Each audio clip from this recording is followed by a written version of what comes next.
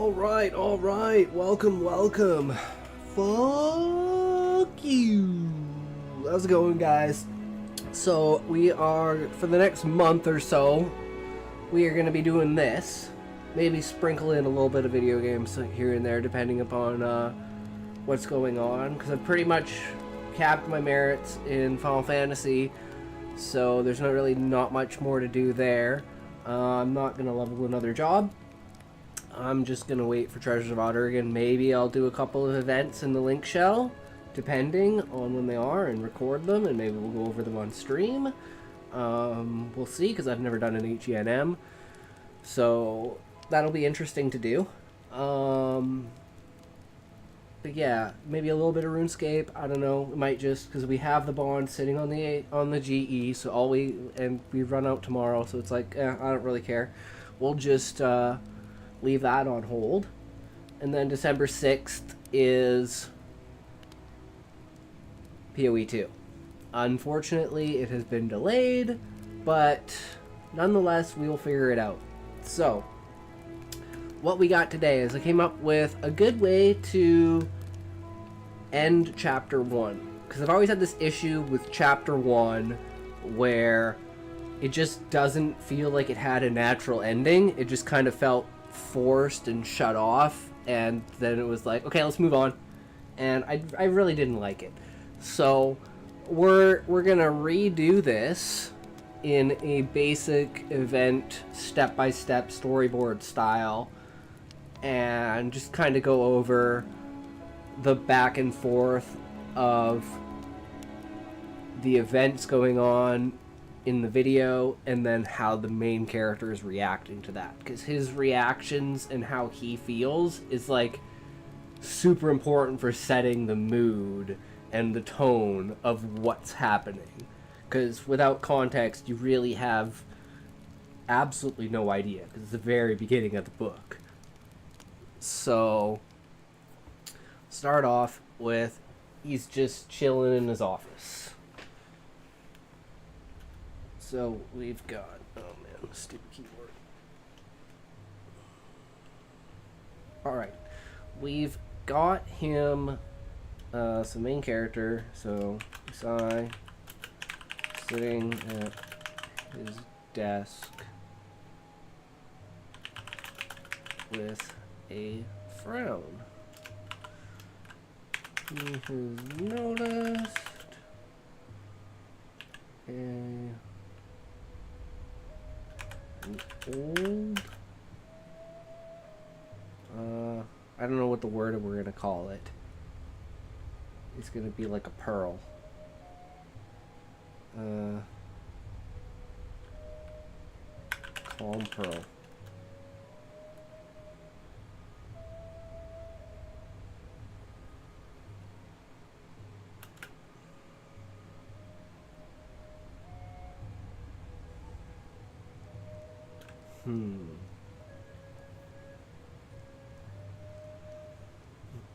One of the things about it is that the means of communication is through kind of like how in One Piece they have, like the Marines, for instance, they use an actual like species of animal as their like telephones kind of idea.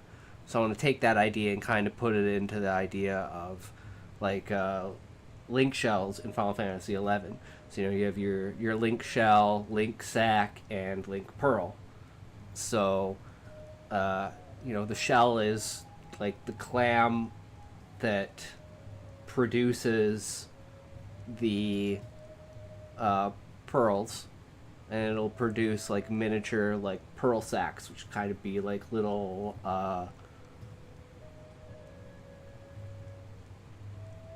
like sponges, kind of like sponges, and then those will pop out pearls, and then those are what they basically use for communication, because there's like a link between all of the, like from the clam, as long as the clam that's created the shells and pearls is alive, there's a conscious connection between all of the pearls and the sacks. so you can use it like a communication device. So there's a single old calm pearl.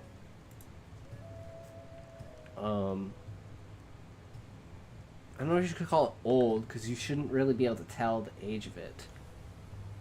So he's noticed an inconspicuous, no idea how to spell, calm pearl.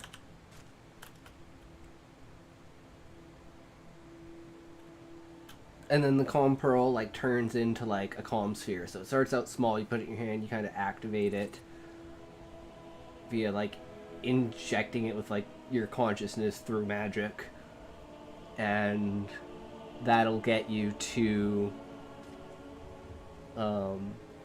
have like kind of this holographic projection come out. That's the actual sphere. So then it'll be like in Final Fantasy X, like a calm sphere. So kind of like taking those ideas and kind of combining them together to create kind of this non-technological way of communication, essentially.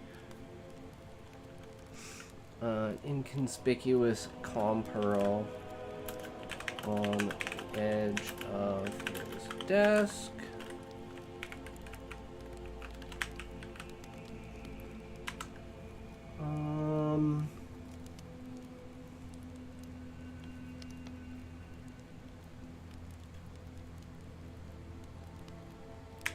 Wonders how it got there and calls over his assistant. Says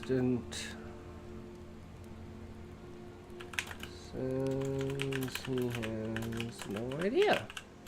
Well, shit. Look at it.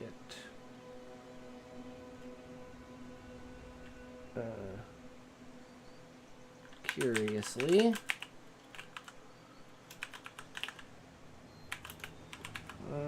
picks it up, activates it, and places it back on the desk. They both watch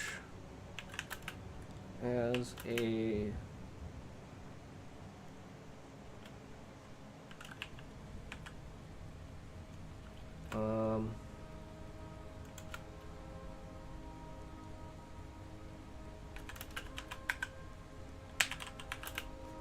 it's an octopi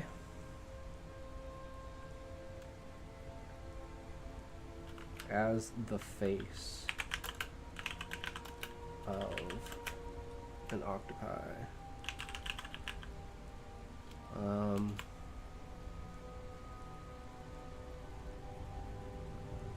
Face of an octopi.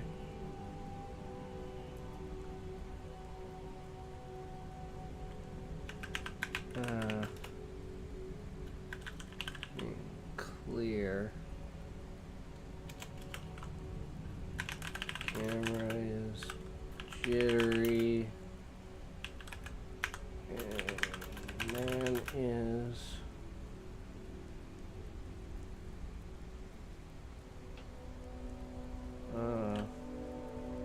I guess being pushed. No, that doesn't sound right. Camera's jittery because he's kind of like holding it like this, so he's kind of like, you know, he's just turned it on and he's just like kind of getting the zoom and the frame and focus right. So he's kind of like just like kind of turns it on, just kind of fiddling with it with like his mind, you know, changing thing, because it can be like and it's also in a calm sphere again, it can like record things, so you just magically imprint the recording onto it, and you can save that for later, and it basically has like, you know, essentially infinite space. There's no need to really get into that. During the man is being man is adjusting frame and why can I not words today? It's adjusting the frame and... Holy shit. Focus. Focus! The word I can't think of is what I need to do. I'm so bad at this. They both watched as the face of an octopi became clear. Camera is jittery as the man is adjusting the frame and focus.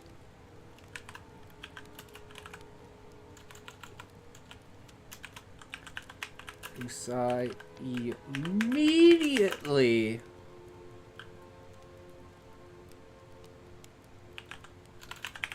stands up and tells assistant to leave, and he must never speak of this. Sai sits down, putting his elbows on his desk,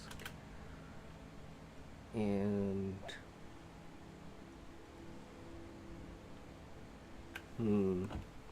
kind of like, oh fuck, I gotta, this isn't, oh shit, you know, like as soon as he sees the guy on the screen and recognizes and knows exactly who he is, he's like, oh fuck,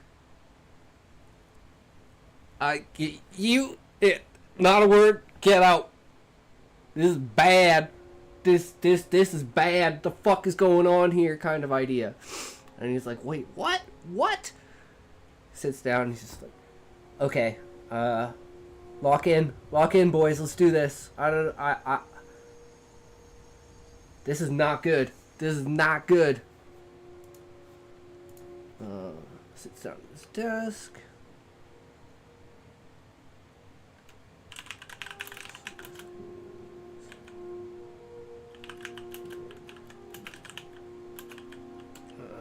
Chin. Hands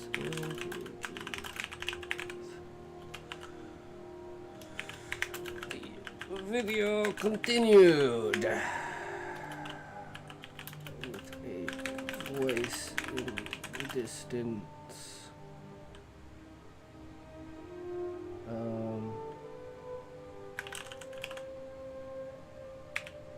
Calling for a, as we all know, gather together.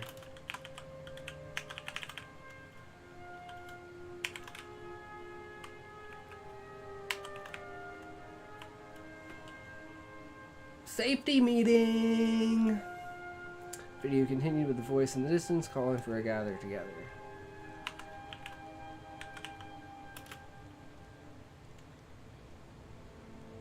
The screen turns swiftly and a blurry outline of a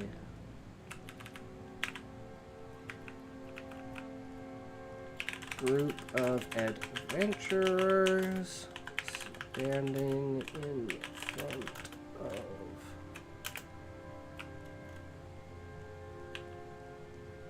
a large granite door. Static buzzes.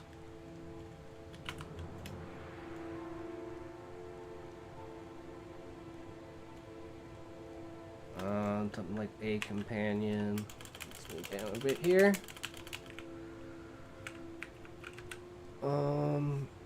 A companion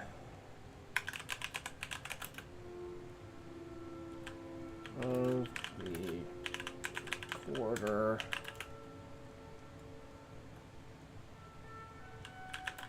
is laughing as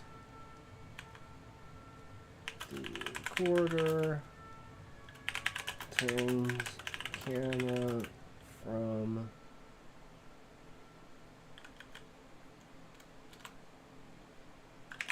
forwards. Turns the camera towards him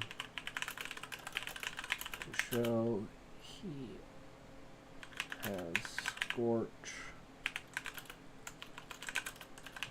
marks on his armor. Comments are made about order being renewed. So like berating him and shit, because it's like, you know, it's kind of the idea, like, there was a puzzle and he did something stupid during the puzzle. Like, the idea was like, it's like a door, and at the top of the door, of course, it's some kind of riddle, and it says something like opposites attract, and then there's like a circle hole and a square hole, and there's two tiles on the ground. It can kind of be like the ground kind of be shifted, like, you know, one of those like tile pictures where you're like, one's missing and you got to move all the pieces over until you get the right picture. It's kind of like that. And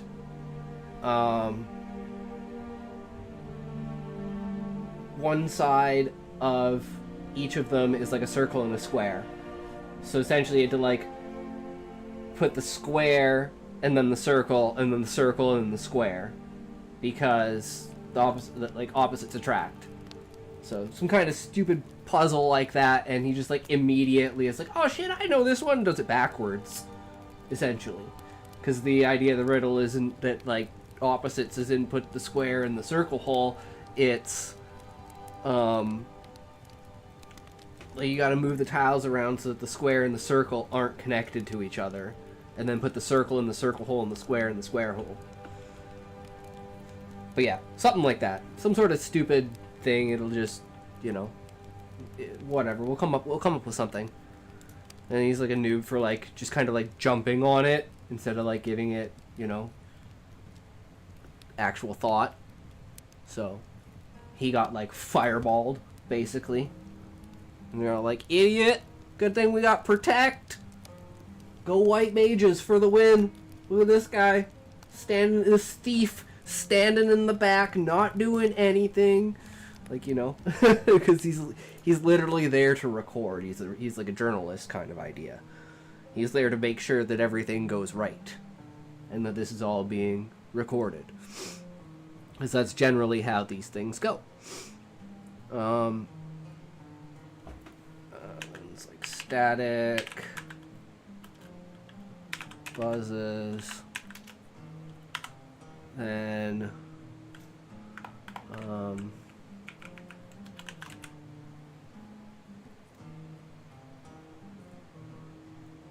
it's like a fight scene,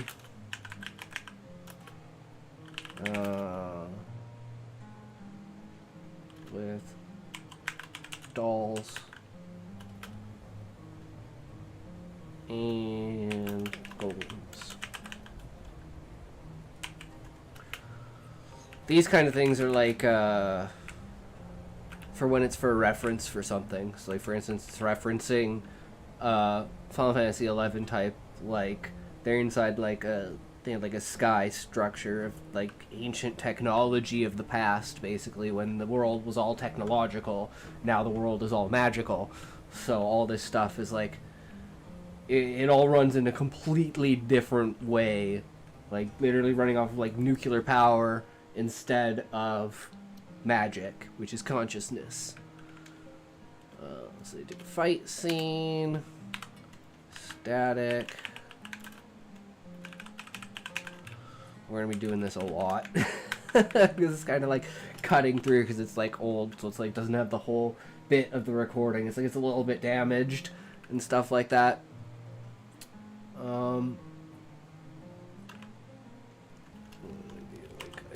Gather together over a puzzle.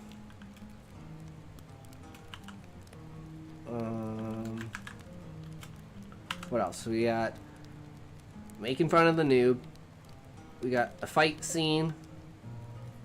We got like they're stuck on something. We want to do like kind of like Final Fantasy X in the temples, where you'd like take different orbs, put them in different places, take different stones, put them in different places, like maneuver around the ground in different ways, shifting tiles and stuff like that. All these kinds of puzzles to get through. They're basically like security locks in order to get through into the middle of the observatory. And it kind of goes like a spiral until they reach the top middle room. And then they go down an elevator to the basement, and that's where like the chapel, or what they think is a chapel, is. Climbing stairs.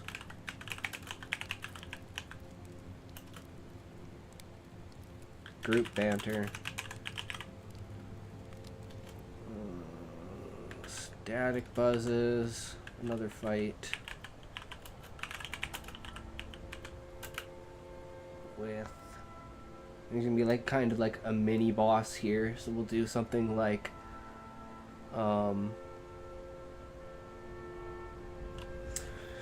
not weapons, not dolls, not golems. Let's think what type of like advanced technological type things. They don't technically have to be they all should be, because this should be like the whole point of this is it's like a dungeon that's never been conquered, so no one knows what's in it, no one knows, and it's like, you know, gonna keep being that way. So what kind of monster should they be fighting in there is like the first kind of semi-boss.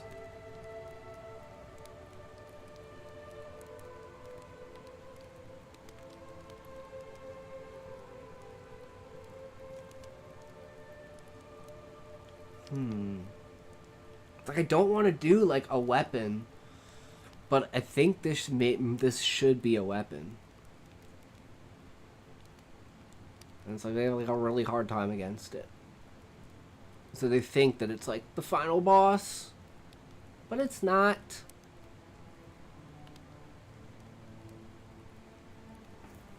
What I'm just gonna do? Fight with emerald weapon. Even though I don't like, the weapons are supposed to be in different areas, but I mean, we can have like the lesser of them. So you have the emerald, then the ruby, then Ultima, and then Omega.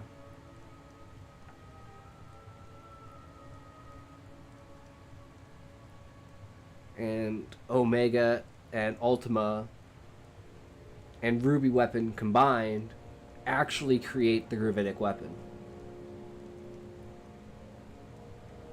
So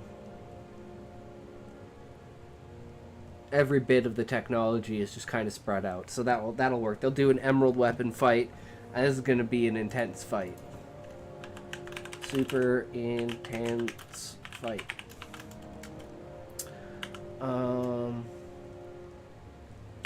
Go down elevator and enter what appears to be a chapel. Pews are lined up.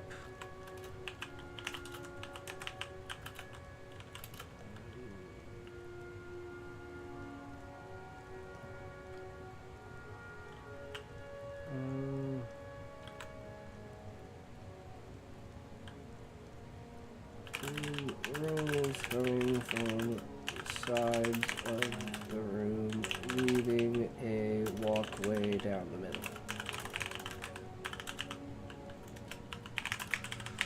4 is a living, moving map of a unrecognizable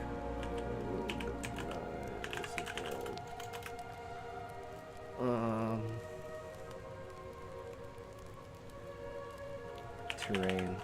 No, like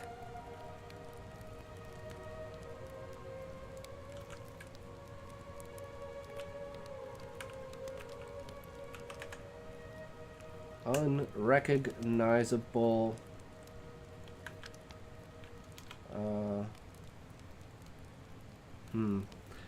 because the idea is that all, like, due to the gravitic weapon, all the continents have become one giant continent, like Pangea kind of idea. So the next one needs to be a like that before that. So it's like 4 or 5 continents. So they're like looking at unrecognizable. I'm just gonna put it in brackets. Terrain. No, I know it's not. Terrain's not the word I'm looking for. Okay, let's get down a bit more.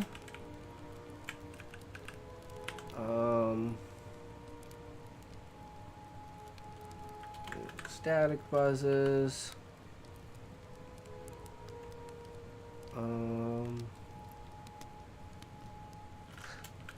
This is where I get lost. So we need to put in between, like, where all these static buzzes are. It's kind of like reactions from Husai, where he's like recognizing certain things, certain people, and he's getting, he knows exactly what this is, and he needs to know what the hell happens.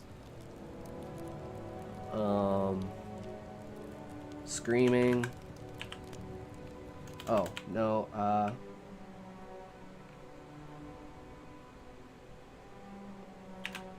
quarter is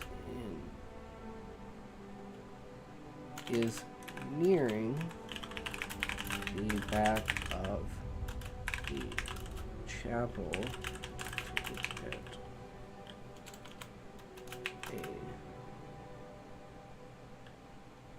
a dragon statue.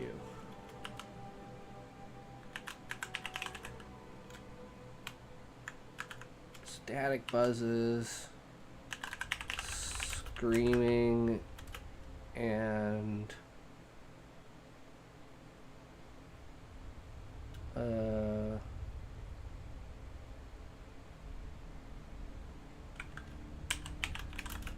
run away. Runaway is being thrown. Runaway. Sounding loudly in the background. Yelling and the heavy breath of the recorder as he runs. Death screams and sound of rushing air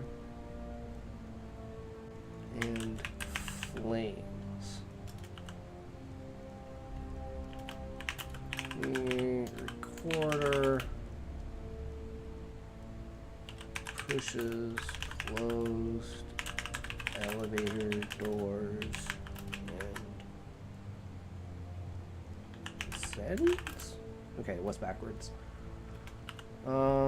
Reaches top elevator, door opens, and Master Husai is standing in front of him, looking down with his sword drawn.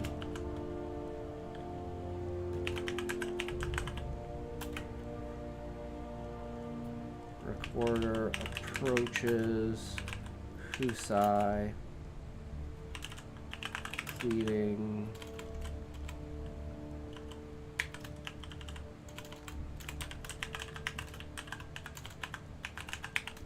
Please assist.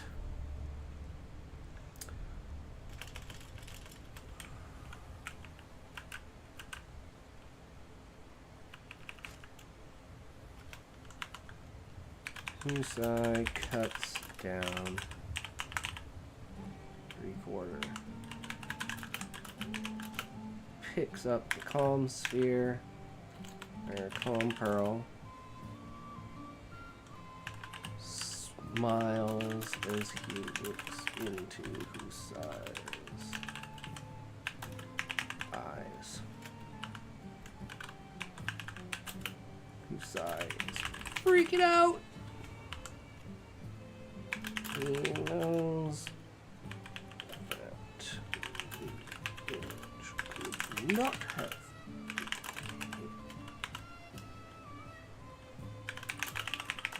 Heart is pounding. He is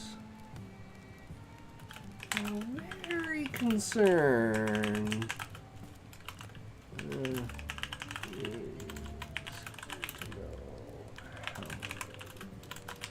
people see this. Who brought it here? Knowing he would see it.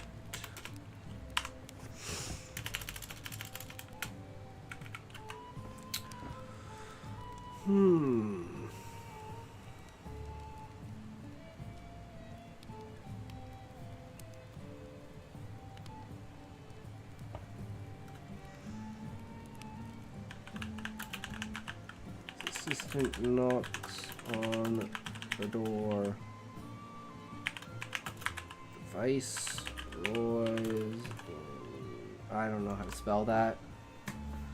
That's one I really don't know how to spell. Let's do this. Inauguration.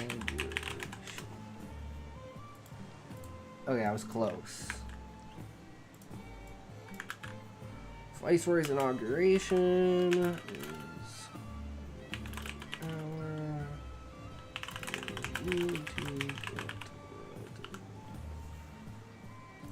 that'll do. Alright. This is knocks on the door, Viceroy's inauguration, and that's where it's like, that's the end of the chapter. It's like, okay, well, we gotta move on from here. And he's like, what the fuck is going on? So we need, like, during all these, like, static buzzes, it's kind of like going over the information in his head, because it's all going to be from first-person perspective, right? So it's all going to be going over in his head, and he's just got to kind of figure out the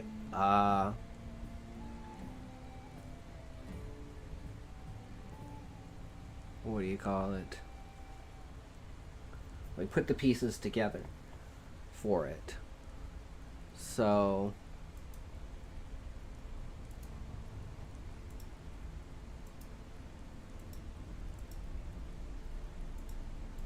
I don't think we actually need to actually write anything, because we don't want spoilers.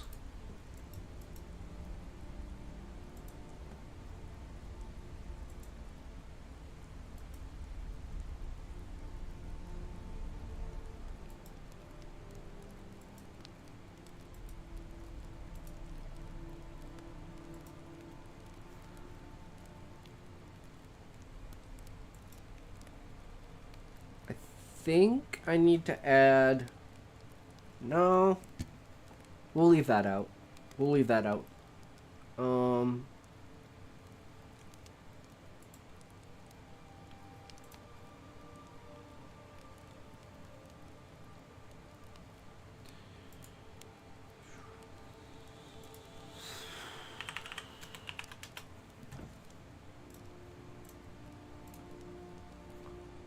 right.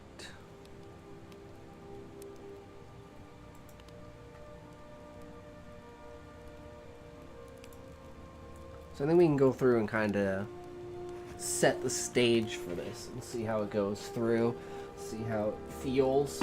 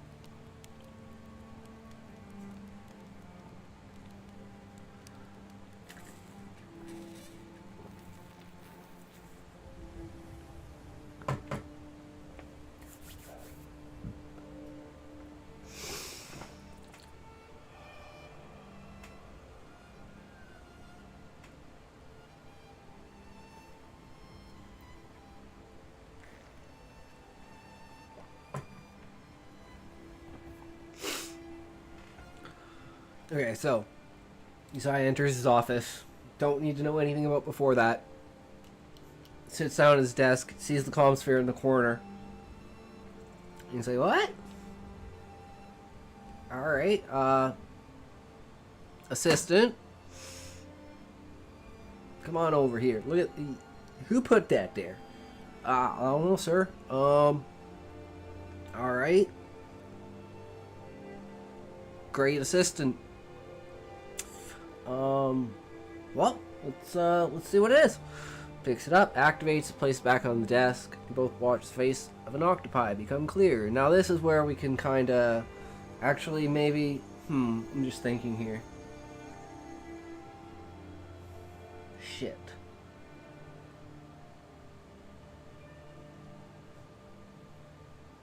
No, we'll have to wait for that, because all of the hold on. Let me see.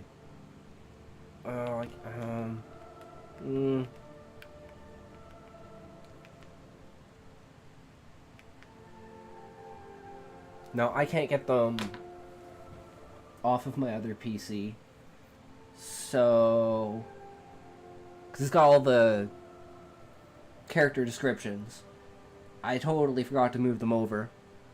But it doesn't matter. We won't use them. We know who these characters are. So, face of an octopi becomes clear. Obviously, immediately, Husai is like, oh shit, that is, the thief buddy. And he is part of what was called, or is still called, the 100 Years Quest. And he was the last person to go with the last group on the expedition 50 years ago. So 50 years ago, this was the 100 Years Quest. It's been about 175, 180 years since the discovery of this particular dungeon, and no one has been able to clear the dungeon.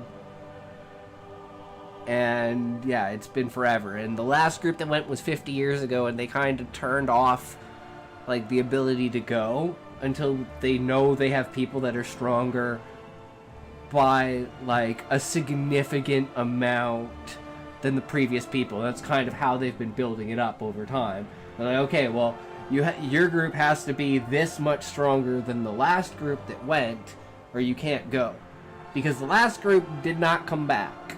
So if you're not at least 20%, 25% stronger than them, you ain't coming back.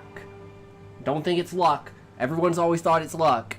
And even then, it's like, since the very beginning, the strength level of people that have gone hasn't really, like, increased that much. It's just the number of people. So by this time, it's like, they're not accepting larger and larger groups. They're like, at this point, the last group that went in was 75 people. And not a single one of them came back. And they're like, okay, it doesn't matter how many people you have. If you don't have someone who is of a significant amount of strength, then, yeah, no. So no one's been allowed to take on this dungeon because no one is strong enough. And the only people that currently could, spoilers, where were we?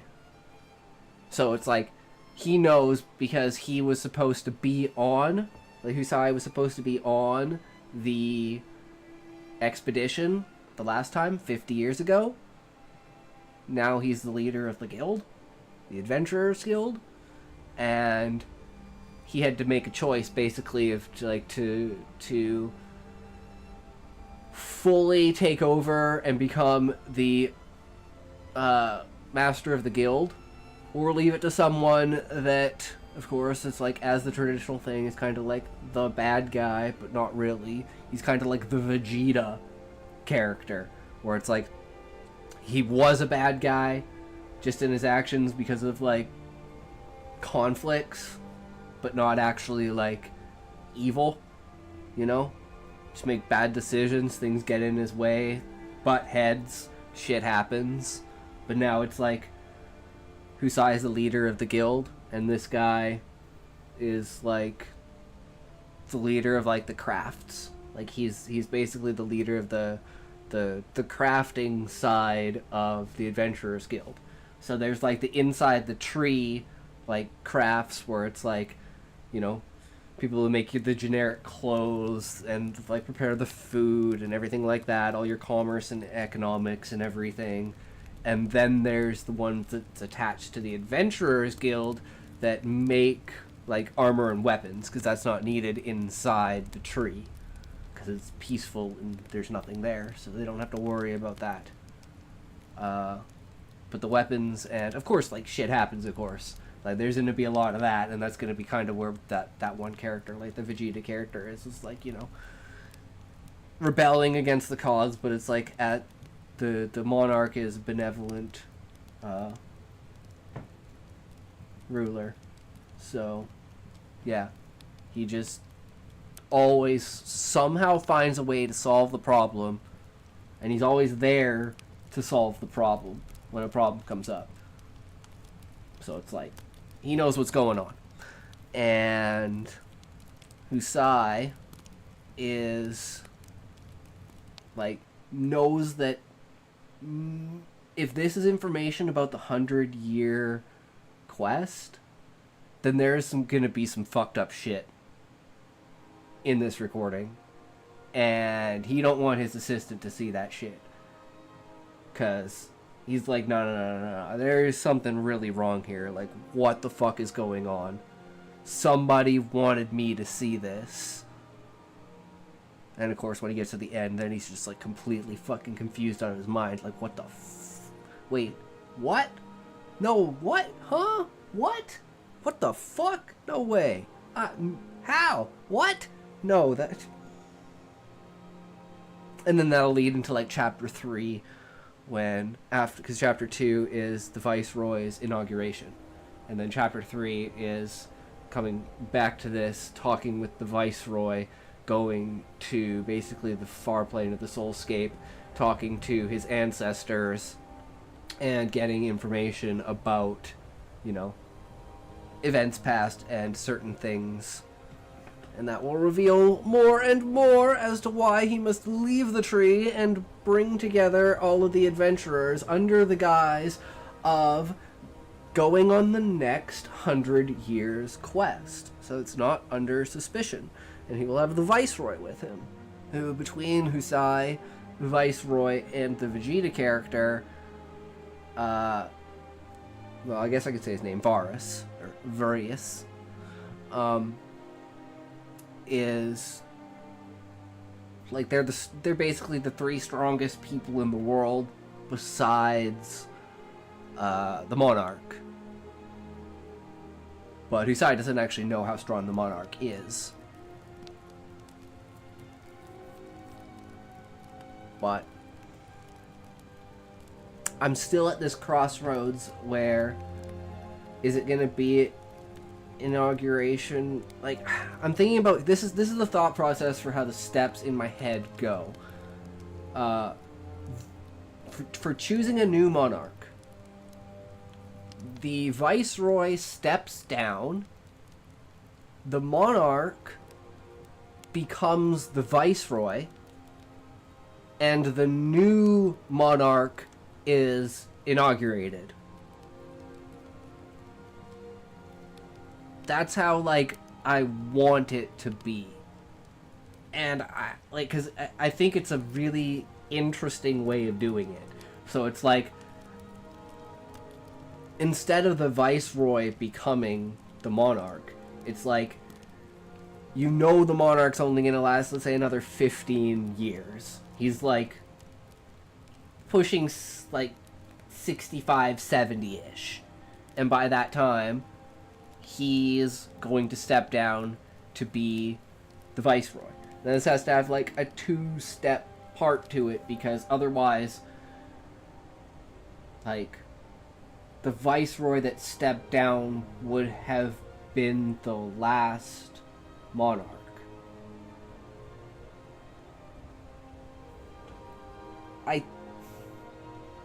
But just how things work and who the monarch actually is and what he does, I don't.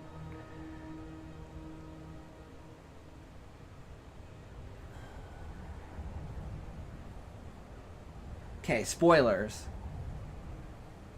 The Viceroy and the Monarch are both ancient, and they know of the octopi ability to morph.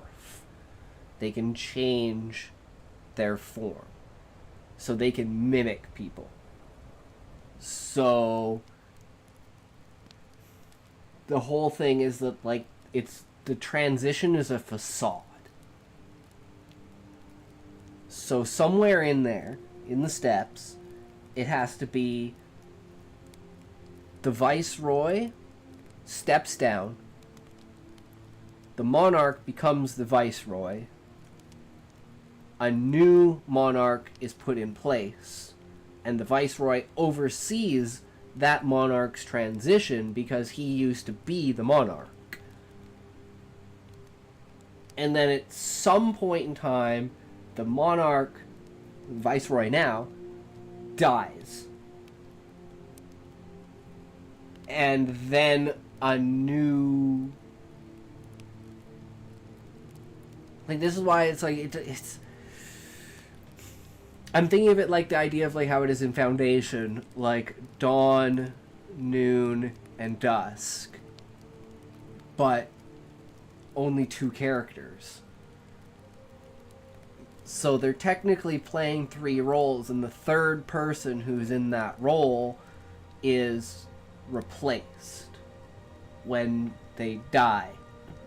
Then they kill that person and take over their form and pretend to be a new person. And that's how this monarchy has lasted this long, because they don't actually change. And they're always in the posit of the people because they're already the rulers. They want people to, you know, people go about their lives and do their own thing, not interfere kind of idea. And just keep populating and increasing the size of the tree. And that's all they want. So, and then leaving the tree for the Adventurers Guild is just another way to spread seeds and sow seeds of life across the entire planet. Which is their goal, is to create as much life on the planet as possible. So minimizing the amount of war, increasing productivity and procreation is very, very important to them. But in this system, it still needs to be figured out how the transition works. Where does the Viceroy... I mean, okay, let's do that then. Okay, just thinking about it. Well, because this has to happen anyways, the Viceroy comes back. So, we'll say Viceroy steps down. Monarch becomes Viceroy. New guy becomes Monarch.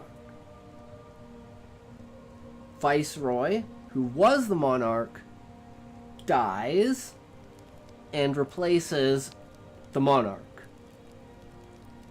And then the Viceroy comes back to be the Viceroy again.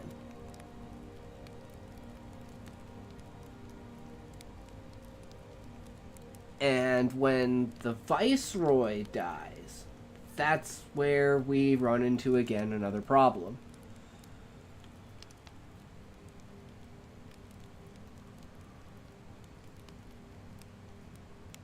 Because again, you'd actually need 4 people, because you need 2 replacements. One for the Monarch and one for the Viceroy.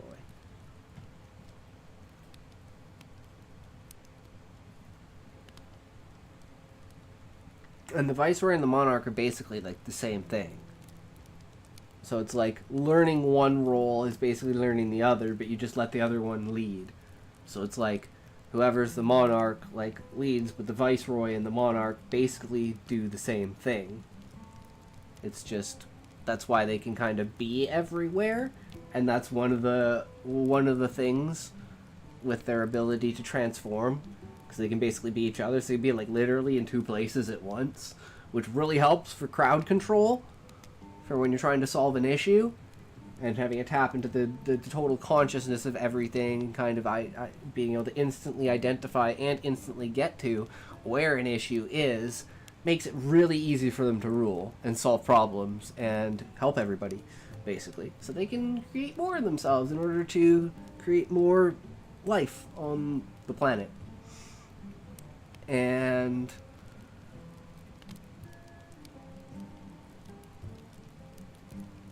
where does the second viceroy come from then? Well, where does the monarch come from?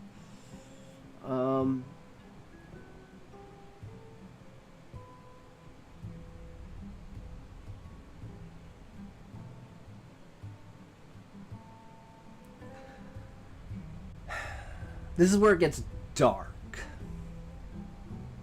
So the only solution to this is, because I wasn't sure if I wanted it to be like straight up father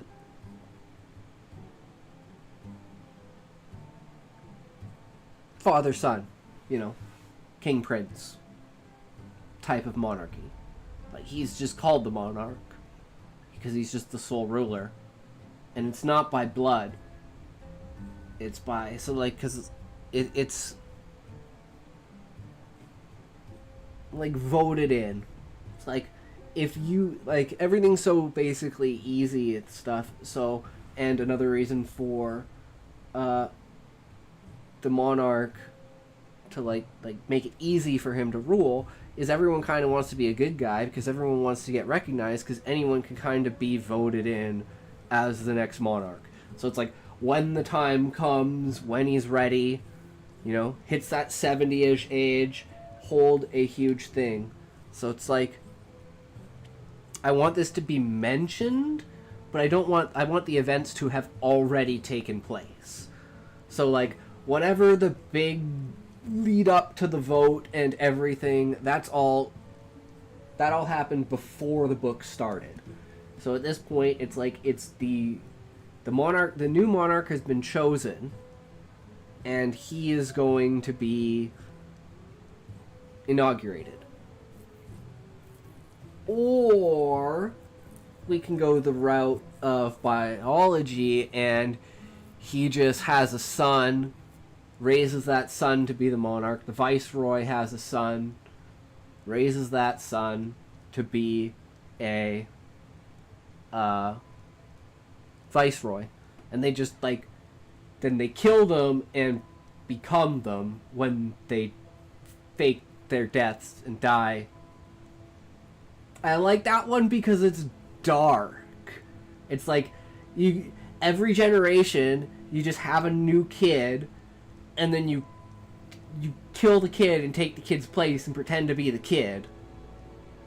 Like, I think that's fucking awesome. As opposed to like having this huge vote thing, and it's just with the vote thing, it helps with keeping civility and everything. Like, everyone wants to be a good guy because everyone wants to be voted in as the next monarch, but then it's like, do people really care? Is that really a big enough point for me to go for when I could do the family abuse removed? Because it's just so good. It's such a good fucking storyline. And it's like, just goes to show how like fucked up they are, because they don't care, because they're fucking corrupted by anima. So I think we'll go with that route, and then we can have, you know, multiple concubines kind of thing, and then it's like, maybe we can go down that route of, oh hey, you can get like, I don't know, maybe you can get like voted in as the concubine of the monarch or the viceroy, you know? And then have the wives be like an actual huge part of the political landscape inside the tree. And that will like substitute for just the random advocacy of people wanting to be voted in as the monarch. So it's like, you're killing two birds with one stone, I think, by having, like, all the women want to be, like, in politics because women are the only ones that can be voted in. Because it's like the son of the monarch and the viceroy is always going to be the next monarch or the next viceroy.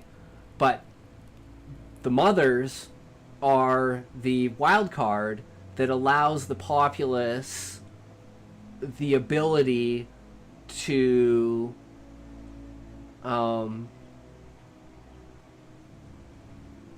continue. And this creates, what this does is this creates the social structure of racism. Because there's the avians, the insectoids, and the octopi. And the octopi are obviously at a higher rank socially because they're the same species as the monarch and the viceroy.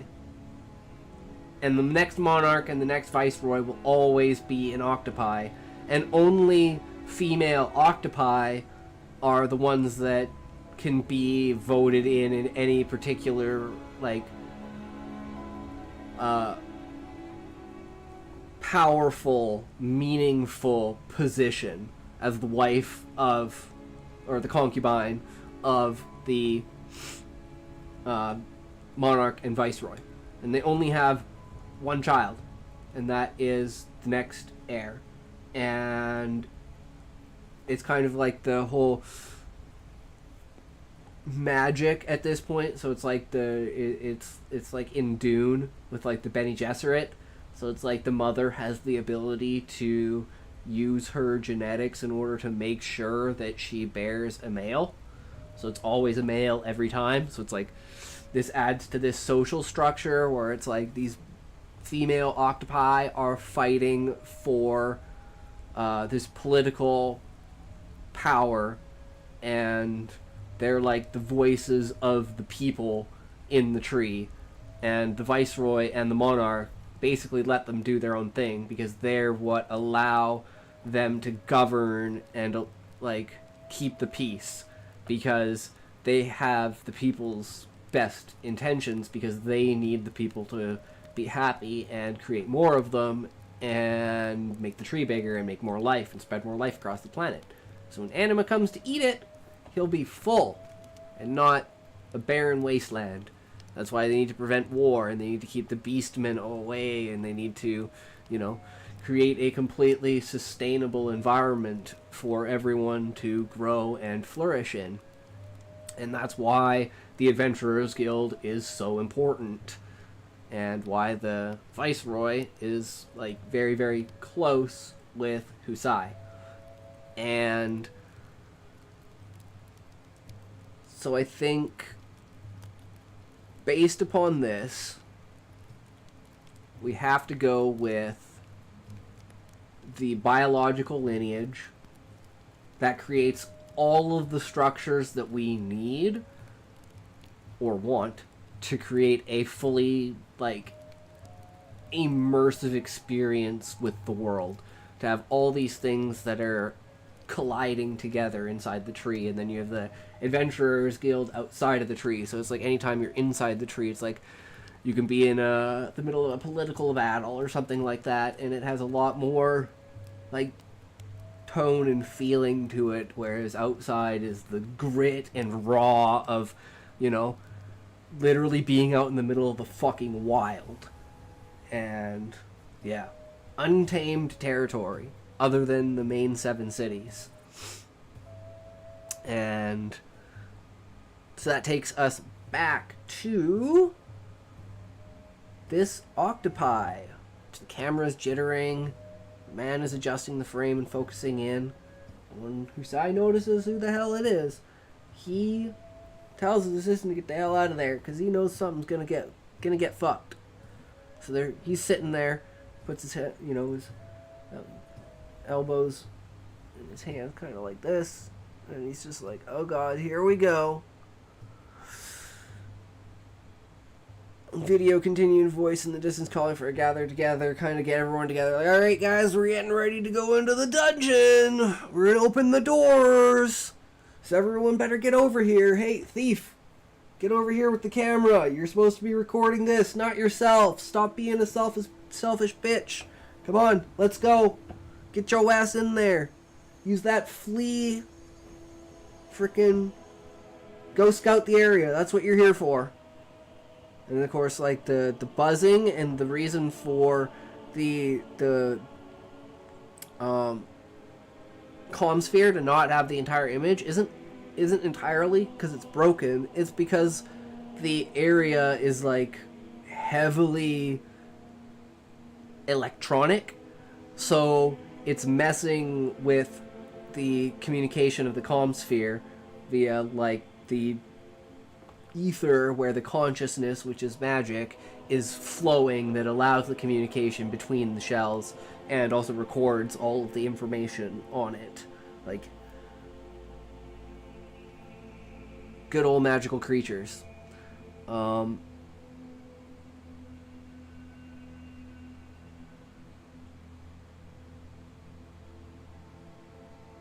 they open the door, static buzzes, they're laughing at the dude because he fucked up some sort of puzzle or something. He jumped the gun, got a fireball shot at him, and they're laughing about how, protect and shell are really good. Sucks to be you to be a thief, man, because it's going to be like an ongoing joke, of course, about instead of lol dragoon, it's lol thief. It's like, you picked the worst job to play as kind of idea. So there's a lot of banter over it. And he's like, hey man, I know I'm not as strong as you guys, but we got a lot of people here, I'm doing my part. So I'm sorry I fucked up, but then it goes to them fighting with dolls and golems and stuff like that. Pretty, couple of fight scenes here and there, and weapon skill chain, magic burst. Gonna do whole Final Fantasy type style, Final Fantasy 11 type style combat with how magic interacts with weapons, and then actual mages using build up things where you when you hit something, you build up magic to a point, enough hits allows you to unleash that magic, i.e. building TP and using a weapon skill. And then based on the elements of, that you choose to use in combination, create skill chains. You can magic burst, skill chain, magic burst, and it's creates within, a certain area of your weapon or places that you've struck, leaving magic circles when you hit, kind of thing, marking the target. I don't know exactly how it's going to work, but it's going to include the magic circles, that's for sure, because that's what I love. The visualization of how the magic works is super important to me. And then, the static buzzes, they gather together over a puzzle, some sort of thing they can't figure out. I'm thinking something like old school RuneScape, master clue, like a light box. You have to, yeah, actually, I'm going to put that in there, light box. OSRS, light box. I think that's because it's such a calculating and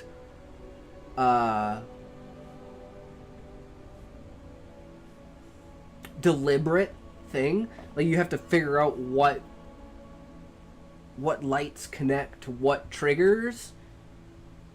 So you basically go through everything and learn all the patterns and everything.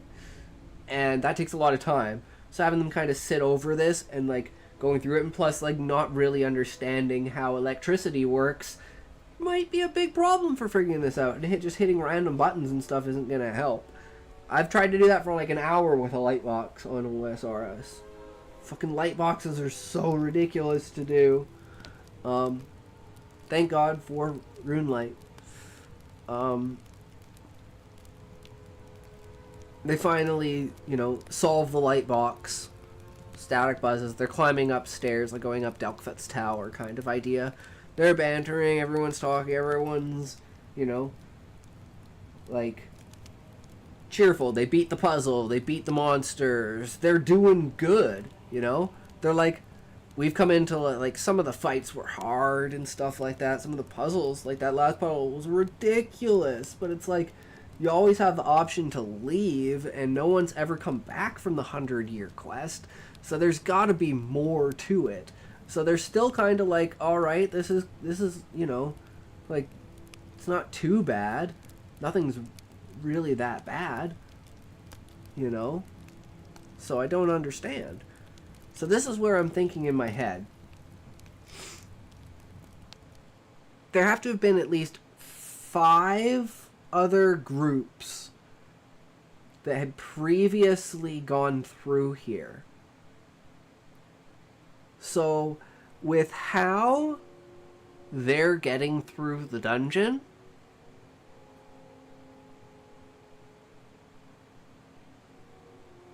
I'm thinking some sort of laboratory thing to add in.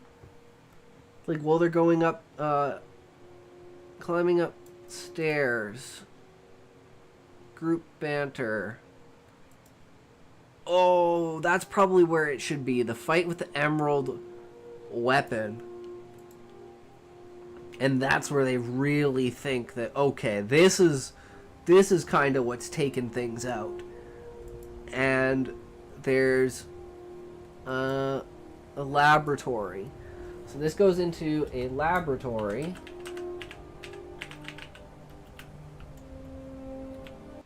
Can't fucking spell. Laboratory. Okay. Goes to a laboratory. Filled with glass jars of incubating golems. Brains? 'Cause they're like, the brains of the golem is kind of like this mushy, like they basically grow it in a tube, and it's like programmed with like 4 lines of code: attack, intruder, patrol hallway,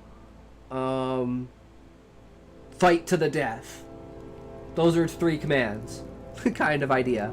And it's like these brains are then stuffed inside either the golems, which are made of ore, or the like ore crystal, and the dolls, which are made of manufactured like metals and stuff like that. I'm thinking kind of like the Dwarvenish in Skyrim, like that kind of very metallic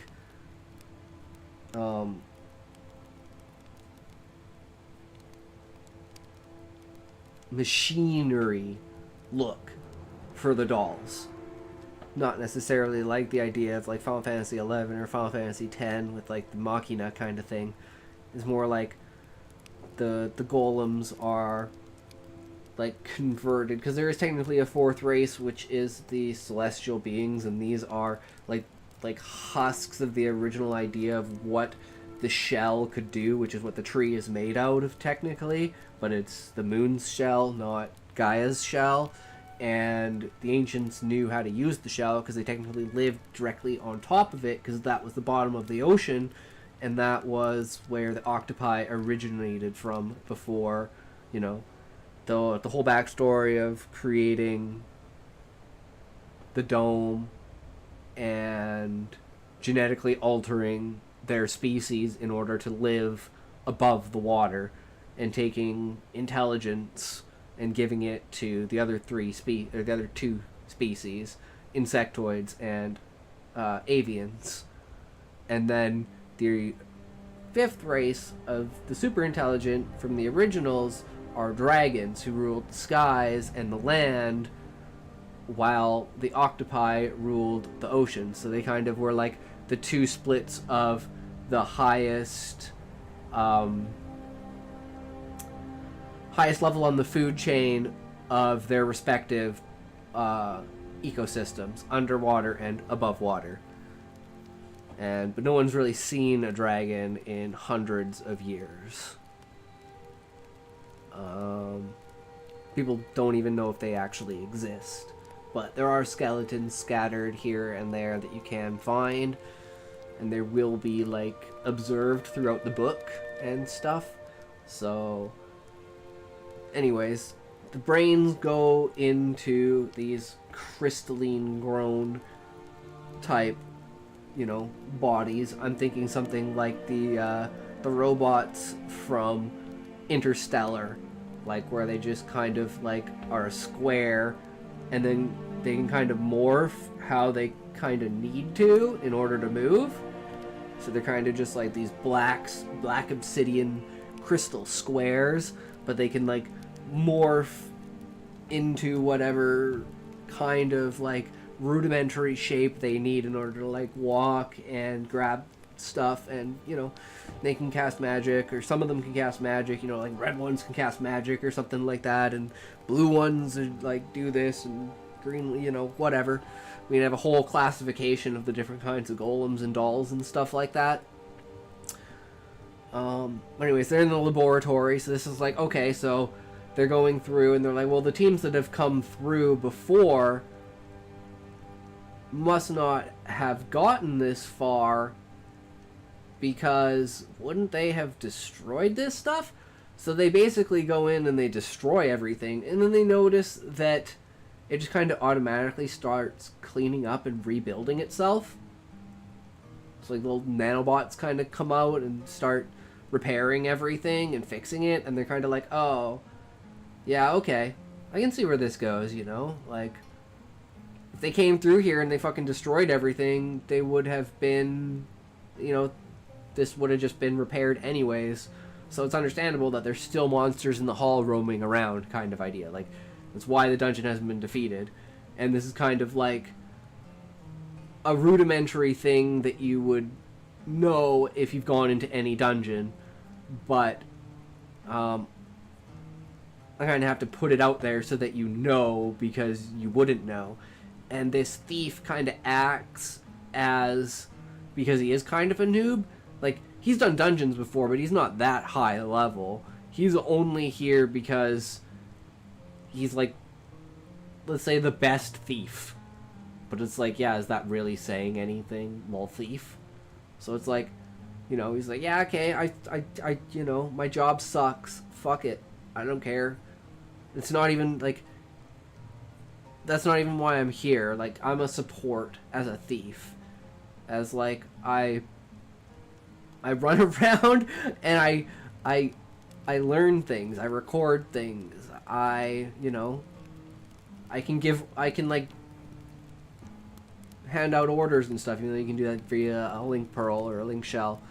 But yeah, he's kind of like he's the tagger, I guess, and like a dynamis. He's the thief.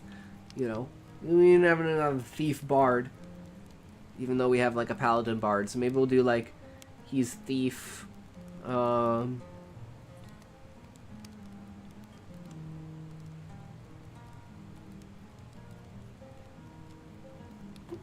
Maybe he can be a bard.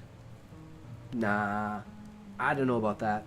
He could either be a bard, or it could be like a full spec thief, and that's kind of like why he's there, because he's like, yeah, most people have like secondary specs, but he like doubled down on thief, because he's like, it's just, it's like he doesn't really care to fight.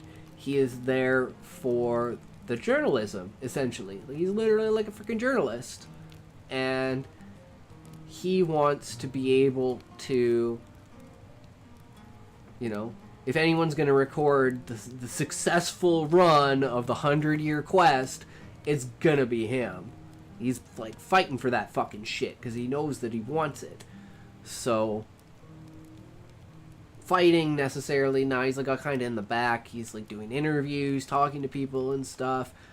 And, you know, it's like there's side of the people that are like, yeah, we know why you're here, and it's a good thing that you're here, but you're not in helping combat, like, you know. And then there's other people that are like, why the fuck is this guy here? He's getting in my face, you know, kind of the assholes of the group. Because it's like, yeah, think about it, it's like there's 75 people, there's 74 people other than him, and it's like you'll have probably like 3 alliances, 3 full alliances. So we'll do like kind of the idea of like party structures and stuff like that. So it's like you need to understand like who you're weapon skilling with, and so like parties generally be 2 DPS, a tank, a mage, a healer. 5 people. And then a support. So yeah, I like the idea of 6, because then you got 2 to make skill chains, 1 to nuke, 1 to heal, 1 to buff. So it makes sense for a party of 6. And you have 3 of those, or you can split them into like when you're in an alliance of like 18 with 3 parties, just going with Final Fantasy 11 on this one. You know, you can have the 6, there are like 5 black mages with a support, 5 healers with a support, 2 tanks, 3 DPS, and a support. And then you just alternate 3 steps with SCs and MBs, skill chains and magic bursts. And that's how they fuck shit up. And then they have 3 rotations of those, or they have like a heavier tank party, a heavier support party, and a heavier like full mage party. Because you always want to have like a full 18 black mage set, because anyone can magic burst. So, you know, you'll need a limited amount of TP to make skill chain, or melee to make skill chains for the magic bursts. You just need enough melee to be able to uphold enough skill chains so the magic bursts can continue. And one of the features of casting magic, because it's in like concentration, is casting consecutive of the same spell in higher tiers. So like casting fire, then casting fire 2, then casting fire 3, then casting fire 4, then casting fire 5, then casting fire 6. It's like each consecutive cast increases exponentially the damage. So you want to start off with low casts and eventually work your way up until you've exhausted yourself and you have to rest. And that way you get like consecutive more damage, and skill chains also stack like that. So if you can have the continuous counter elements, so that you do like earth, then you do lightning, then you do earth, then you do lightning, then you do earth, and you just magic burst with each one continuously. So you're getting the like buff over time for continuously casting magic. You're getting a buff over time for consistently doing skill chains. And yeah, then it just stacks. And that's how like the biggest, like that's how you ramp up to the biggest amount of damage that you could possibly do. And then you have it with like 74 people doing that. And it's like just this massive fucking battle with this like emerald weapon. And it'll be like, I don't know, because we'll have one will be like the bottom half, one will be the top half, and one will be the head. And they'll be the 3 weapons. Emerald, Ruby, and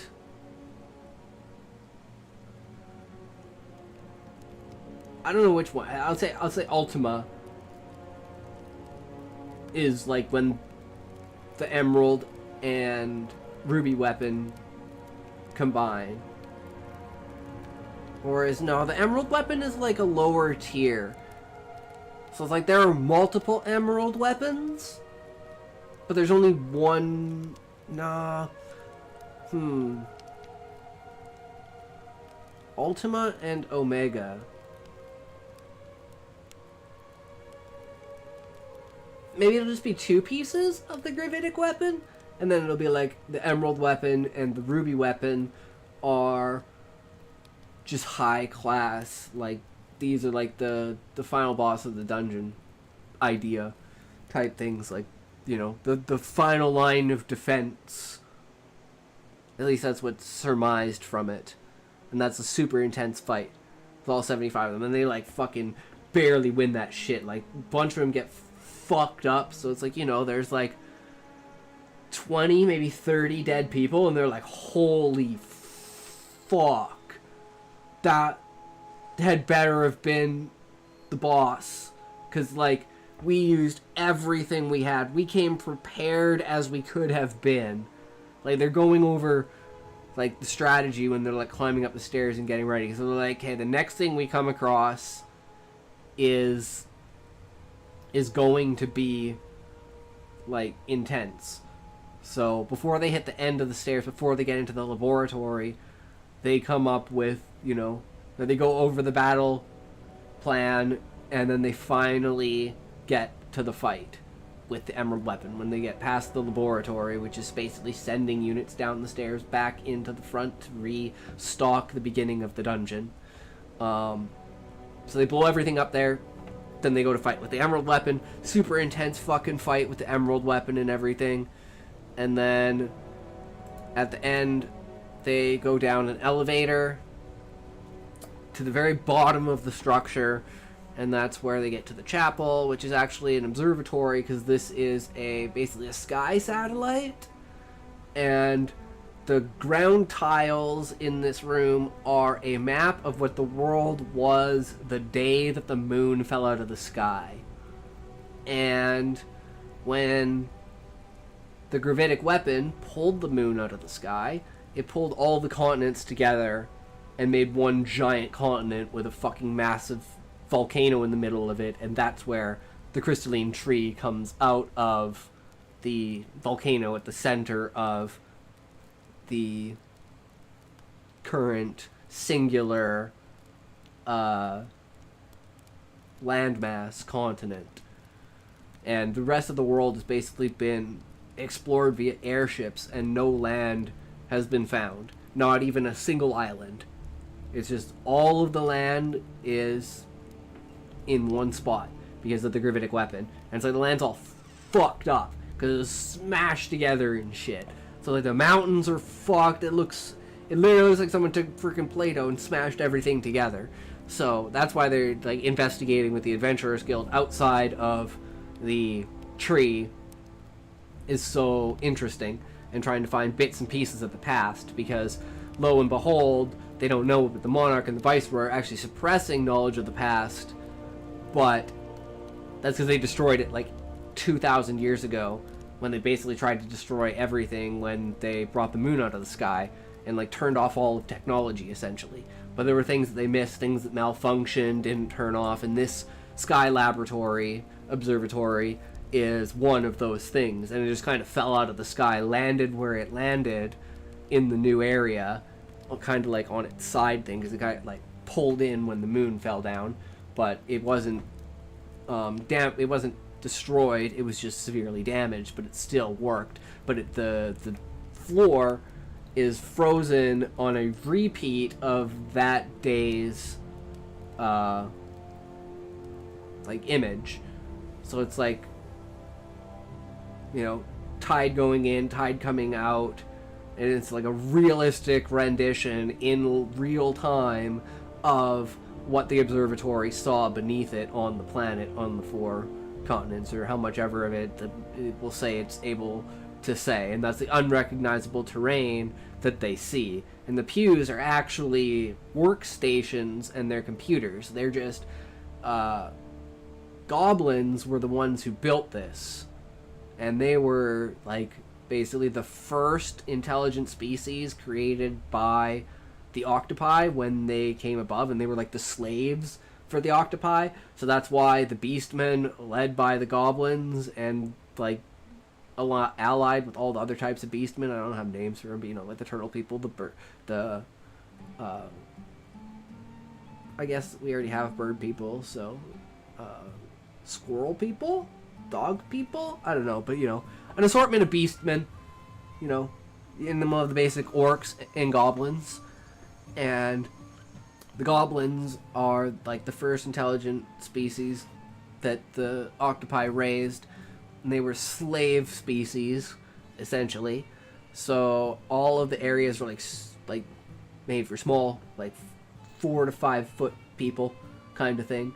So what they think are pews are actually desks that they would stand at and do their thing, because it would be like a computer, and they do all their radiological information and everything for the monarch, because they're trying to figure out, like, the whole point of the observatory was to figure out where to have the gravitic weapon in order to bring all the continents together and create this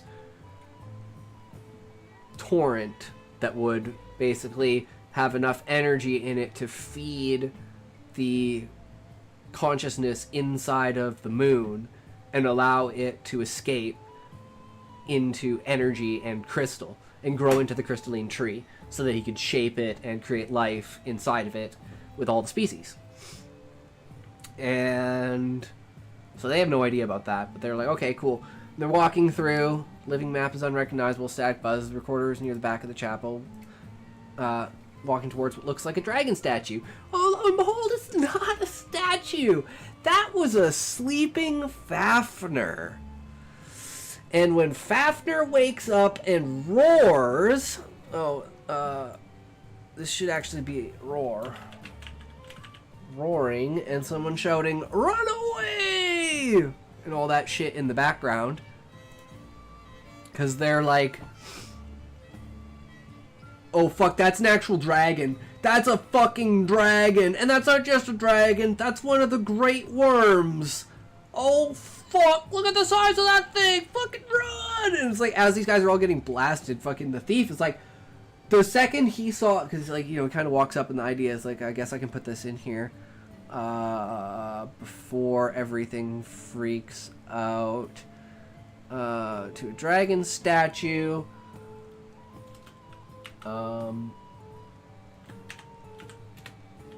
Suddenly the eye of the dragon opens, and he's like, oh shit, immediately flee the fuck out of there. He is at the back of the fucking room, running with the fucking orb, looking behind him, like, oh shit, buddy, we gotta get the fuck out of here. And he's like running around, runs up the stairs, he's running away, so he gets away with the recording, and he's like, okay, we figured out why no one can complete this quest. There's a great fucking worm here, and they do exist, and holy shit, that was Fafnir. Oh, I want it to be like he literally like names himself or something when he's roaring, because one of the concepts of language is that it's through consciousness. So simply by projecting his roar, it's like he is invading their minds with his voice, saying, I'm the great worm Fafnir, who dare disturb my peace. And then he starts fucking breathing fire and burning everything to fucking ash and crisp. But it's not damaging anything in the room. It's just literally incinerating people and leaving no marks behind. Because even with his, like, dragon fire, whatever this place is made of is meant to withstand that. And yeah, and he's like running away, and then he gets to the top. And this is where he sees himself. But he knows it's not him.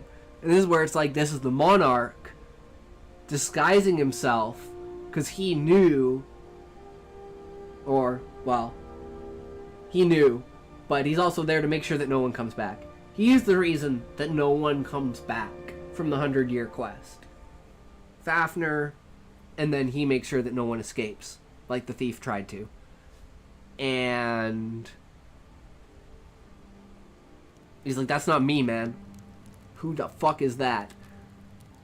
And then this will be the monarch's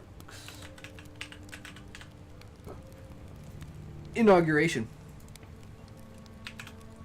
Oh man, I need to take a piss. I'll be right back.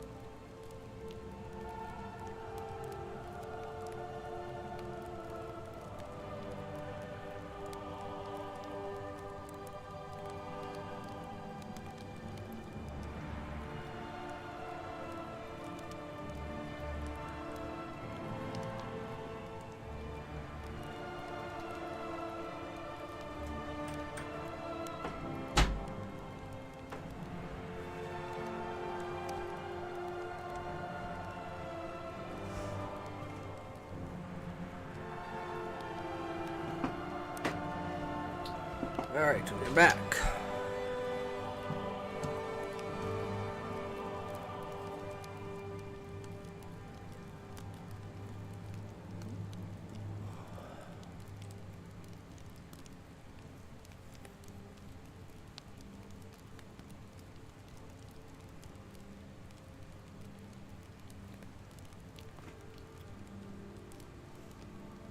Okay, so Husai's freaking out because he sees, you know, in the link pearl, like, the image of him in the pearl picks it up and, like, looks directly at him and, like, smirks and smiles.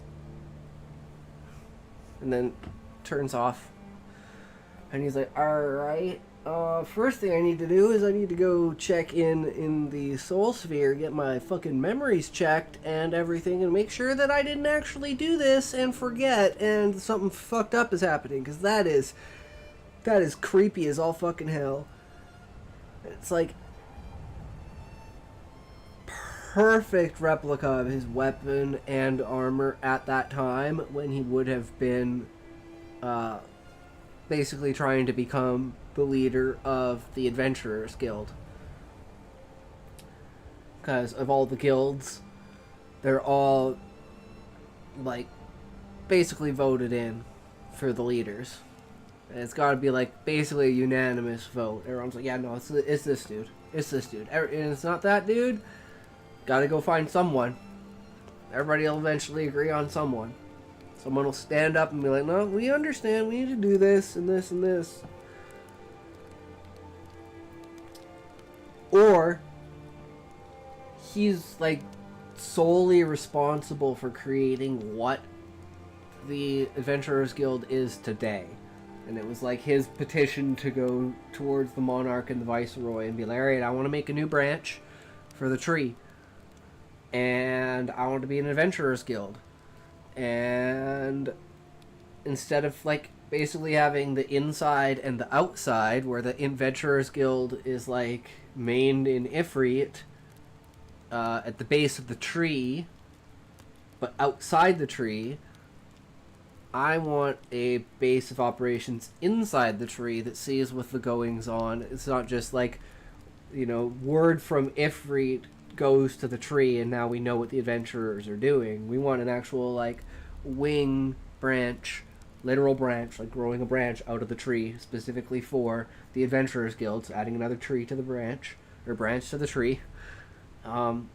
That will allow, and this is one of the things why he's going to, or like why he's invited to go to, like, the inauguration, and like his status and how connected he is with the Viceroy and everything that's going on, how intertwined everything is, but he still has no idea what the fuck's going on because they're very good at doing it because they've been doing it for about 8,000 years. Well, longer than that. Because, well, we don't know. It's between 8 and 10,000 years. The timeline isn't exactly specific, but I want to give it a reasonable amount of time. Not like 500 years, but it's been like he's developed consciousness and completely genetically modified his species to breathe air as opposed to water, and given intelligence to the birds and the bugs. At least the single species that he chose to give intelligence to via genetic manipulation. They're, how do you say this, intertwined with that, how the tree is physically built in the world represents, like, the branches each are for a specific reason. Like, one's for habitation, one's for business, like the guilds, when then for the adventurers he wants 2 branches at the end of the day. And that's one for the Adventurers Guild legislation and everything like that inside the tree, and, you know, base of operations, and a second one for craftsmen specific, so they don't have to go to Ifrit. So people that are inside the tree that are craftsmen that want to create stuff for adventurers don't have to migrate to Ifrit. They'll have their own branch inside the tree that they can create all of the weapons and armor and stuff like that, and the adventurers can bring them the materials and stuff like that. So it's going to be like a very Monster Hunter-y way that everything is like built and constructed, and then there's like the enchantments on top of it that make like certain things. So like for instance, if someone has a really good, like for instance, the Husai has the Sudi, which is, he is Husai Sudi, and he literally has like a soul print of his magical essence on his armor. So it's like he's basically enchanted his armor with his own essence of magic. And basically people get titled for doing that. So like other people will have other Sudi armor that's enchanted with his magical attributes, essentially. And it's like ancient relic weapons and armor and stuff like that they're going to be like finding throughout the story that's hidden, but it is like activated by Husai because of who he is. It creates or it's like an essence of the old world with technology. So it's like taking all like the stuff now is magic and like components from monsters and like minerals and stuff like that. Whereas like for instance in the observatory, how nothing got fucking scratched or phased in the main room from dragon breath, but the room with all the golems got completely smashed because it knew that it could repair itself, so it's not like very strong. It didn't need to be sturdy. But the room in the observatory, the things that's made out of are like technological and magically enchanted with the monarch's I guess we call it a sigil, I don't know, but his essence is enchanted into that. So it's like it literally has his protection, and that's why nothing can basically damage it, not even dragonfire from a great worm. Maybe if Fafnir fully tried, if he used his full strength, he could probably melt through it, because Fafnir's fucking strong. But Fafnir wouldn't go up against the Monarch 1v1. He knows better than that. Like, he may be ancient, but he knows how powerful the fucking Monarch is. No one else really does.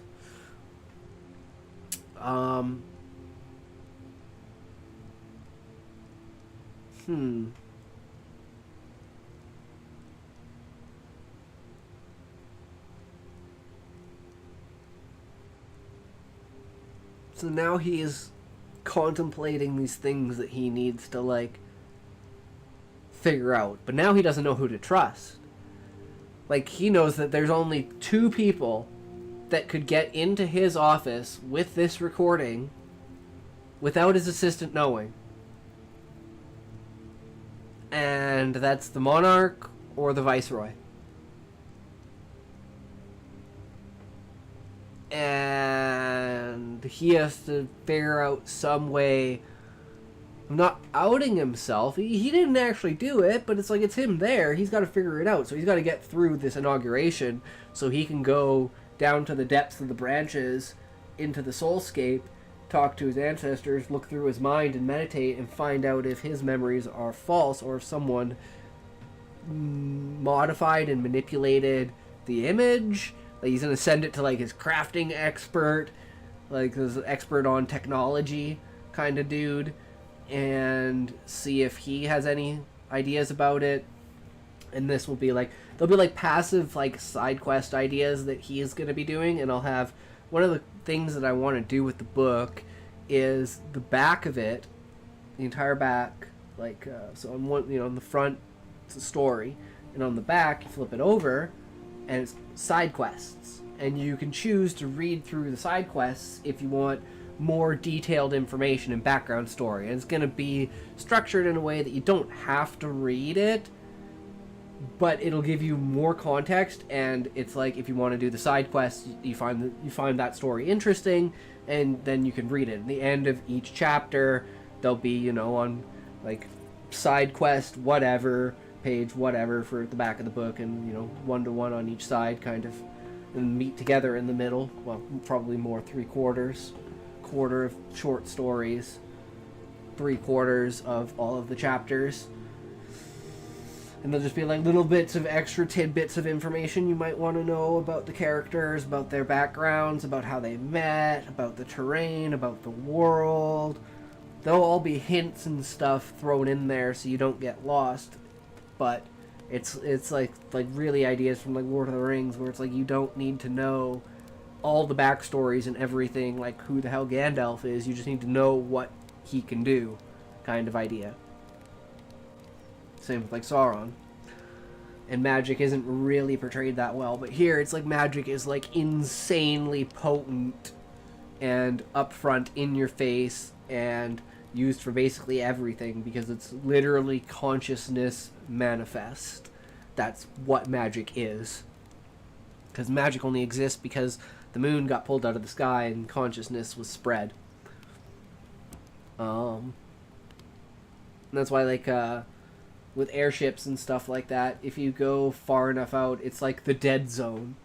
It's like, if you leave in this certain area, magic doesn't work.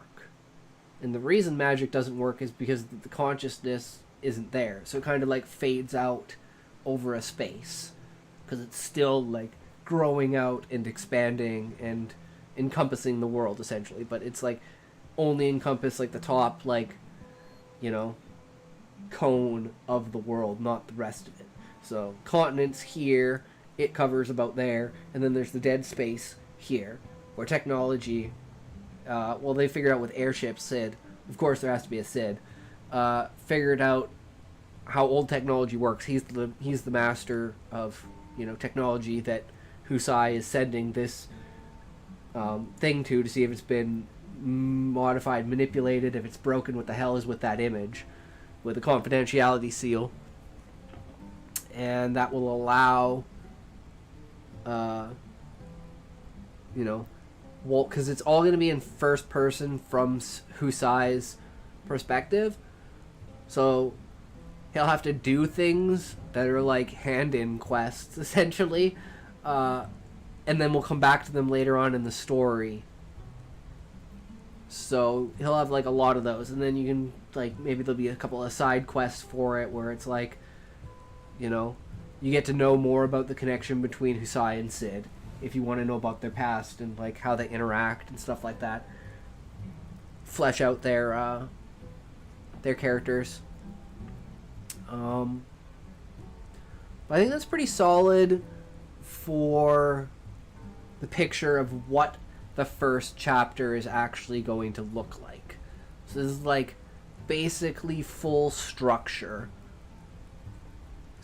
like scene by scene storyboard style, but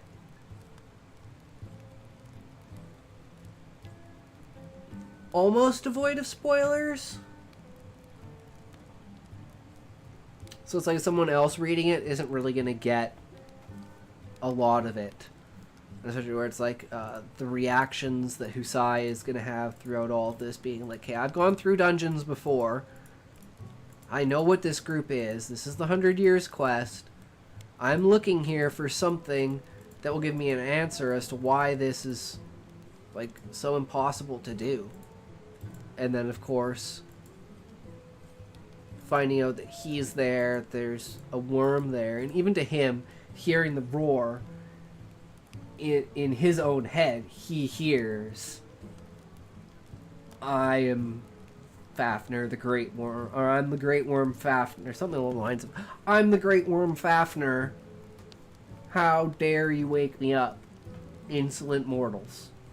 And then huffs a fucking breath at them, incinerates basically half of the group immediately, destroying all of their wards, all their buffs, everything. And the thief's already at the back of the room fucking running his fucking ass out of there. And yeah, no one else makes it out except him. And then he dies. And then the orb disappears. And like everything else, no one has any idea until it appears on his desk this day, just before when he knows the Viceroy is stepping down because a new monarch is in place. And again, still running the wheels in the back of my mind, but again, it should be something like first monarch, first Viceroy, first M wife, first V wife, first M son, first V son. Okay.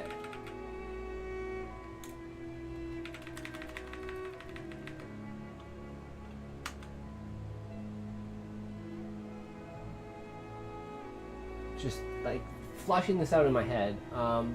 Let's just do, okay, second monarch is first M son.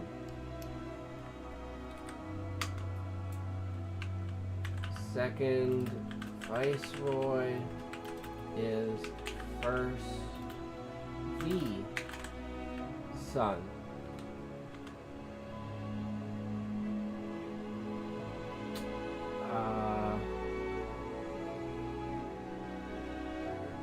First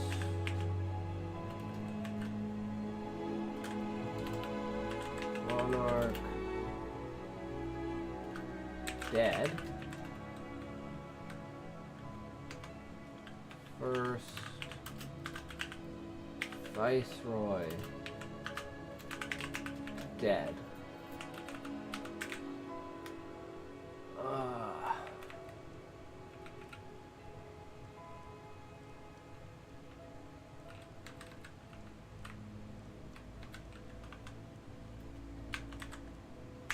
Second monarch is the monarch. And the second Viceroy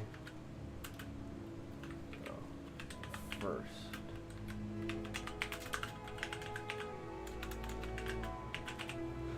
See how that works? And then it repeats itself. So like this, go there,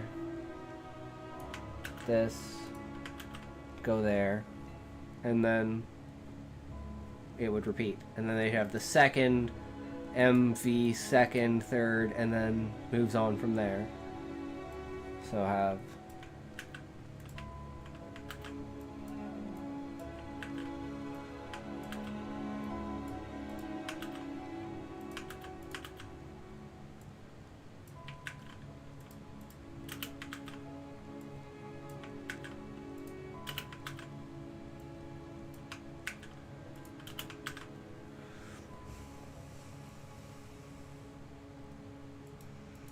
and then that would be third.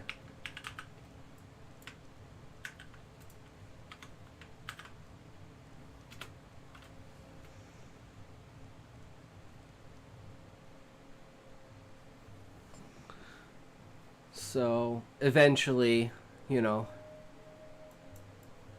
when we get through the full cycle, the monarch and the viceroy will always be the monarch and the viceroy after their deaths. So right now,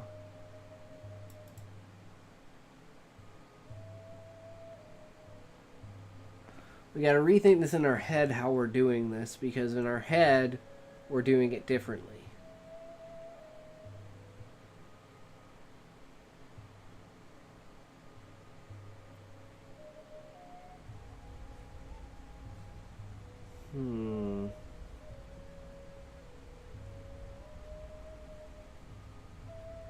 So like I said, the viceroy steps down, monarch takes viceroy's spot, So they're like kind of at odds. So it's like the Viceroy isn't as old as the monarch.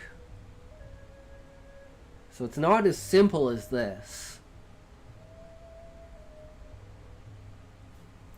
I think this is where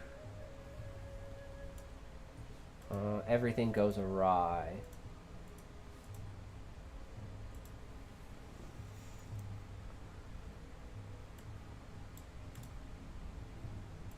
He dies. Whoops. I didn't know I could do that. That's cool. So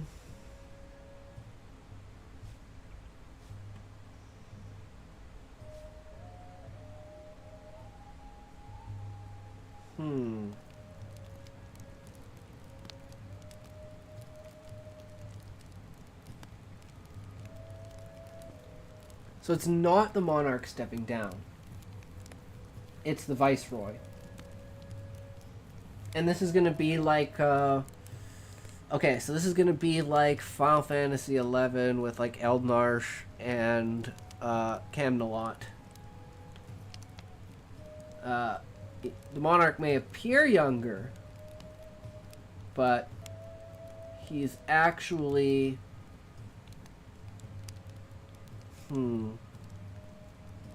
Yeah, okay. Okay. I like this because this really, really plays into the whole personality idea of what the Viceroy is. So the Viceroy is actually the older, because like the whole backstory is a professor and his student are exploring in a submarine underneath the water. This strange signal that turns out to be the crystals from Anima infects them, and the monarch or the Viceroy, since he is the teacher and he is older and his mind is stronger, he is the one who's able to partition his mind into two separate parts, which allows for his split personality. And when the moment is right, he knows he is only going to have one chance to burst through and create a connection that will allow him to outlast and outperform and control his body while the other personality remains dormant. And that's going to be the encounter he has with the guild leader, Guildmaster Husai, because Master Sudi, because he is no longer the Viceroy and he no longer has any obligations. So this is the time where he's like, okay, I'm a free man. I've had all this opportunity. This is the guy. I know he's the guy. He's got to be the guy. We let him know what the fuck is going on, kind of ish, as far as we know, because like each personality really doesn't know. So when he's like, he knows everything until that first moment when he bursts out, and then he's like literally a complete blank slate, and that's why he kind of acts like a freaking retard throughout the book. You're like, what the fuck is going on with this character? It's because his partitioned mind doesn't have all the information, so he's just so out of date. So he's like literally like 10,000 years out of fucking date. No idea what the hell is going on, and barely even understands how the hell he can understand these things. And like communication wise, because he's like, in my day there were only octopi and we lived under the water. Like, what the fuck, we're breathing air, there's more species, like we all have the same level of intelligence. Like, what is going on here, guys? So, like, he's kind of getting overloaded and overburdened at certain points in time. So you're like, what the fuck is going on with him? But yeah, so it's the Viceroy's inauguration. And the reason for that is it's not the monarch stepping down. It's the Viceroy stepping down. And his son is going to be inaugurated, which allows... and, you know, he's been teaching his son the entire time as, like, a stand-in. So it's like his son knows what to do now. So, like... he can go off, fuck off, and do his own thing, and he's the Viceroy, so he doesn't have to worry, because the monarch is still gonna overlook everything, and he's still in contact, so it's like, you know, they got their whole thing going on, even though he's a double agent spy, because he has the double personality, even though, like, one side doesn't know what the other side's doing, but one side pokes itself out at, like, the most opportune times when it needs to. Like, each one has their connection to the real world that allows them to pop out. One is the connection to Master Sudi, and the other is the connection to the monarch. So depending upon which way the candle sways in, like, the events, he wants to make sure that whatever is going down that's important, he's the presence there in order for the monarch to know about what's happening, and the Viceroy is all about planning and perspective, so he's building up all the plans of what's going on. And I know originally it was supposed to be that the this is where it gets weird, because originally it's supposed to be like at any point in time with all the plans and everything is supposed to be the bad personality coming out, and like that's why it's making the plans, because then it's going to enact the plans, and then it's going to go tell the whatchamacallit. But then it could always be like a pre-rerun, so it's like, you know, the Viceroy, because he's the embodiment of like connection to Master Sudi, and his is all about planning, thought process, and working things out. He comes up with the plans, and then the Viceroy, bad personality, takes over. And when they're going through like a rerun of the plan, where they're like, okay guys, here's quickly going over what the plan is, and he's like, oh crap, we're doing that and that shit, I better get my shit in gear, fuck, okay, we're doing it. And then, you know, he like somehow fucks up, and everyone's like, dude, this was your idea, like, would you fucking forget this is your own idea, come on, man. So there's like certain points where you're just like, what is going on with this character? But yeah, this is like the basic setup of how the progression of keeping the first monarch and the first viceroy as like the, at this point in time it's probably like 600 700 years since like the establishment of like the tree and everything, and it's been about 200 years since the establishment of like the original Adventurers Guild, with the idea of people leaving, and it wasn't exactly the Adventurers Guild, they just built the town in Ifrit, or they built the town of Ifrit at the base of the tree in the volcano, just to get out of the tree. Just because there were like people that were like, I just want to go out there and explore, you know, it's like Attack on Titan, I want to go outside the wall, I don't care if there's dangers out, I don't care if there's beastmen that are continuously trying to attack us, because the goblins, of course, hate the monarch, because the goblins were enslaved by the monarch, remember? So that's why they ganged up with all the other beastmen, and they're like attacking the tree, and why everyone is inside the tree. But people have been like, well, you know, they can't get in, but if they ever could get in, maybe we should defend ourselves. And that's where the origins of the Adventurers Guild comes from. And then they eventually, you know, fight them off, build Ifrit, slowly work their way out into the world, and build all of the other settlements based off of all the other avatars from Final Fantasy. And so we'll have like the, you know, different biomes, like the ice place will be Shiva, the water place will be Ifrit, the air place, or the water place will be Leviathan, the fire place will be, like the volcano place will be Ifrit, the open desert will be Titan, windswept plains will be Garuda, jungle area with like lightning storm, no, maybe plains will be Rama with like thunderstorms and stuff like that. Maybe there'll be both of them. Maybe on the plains, one end will be near the water, and that will be Garuda, and that's like winds. And then more inland, past like a mountain range, will be Rama, which will be the like thunder plains kind of area. It's like lots of thunderstorms. It's like here in Alberta, in Canada. Lots of thunderstorms across open plains and stuff like that. What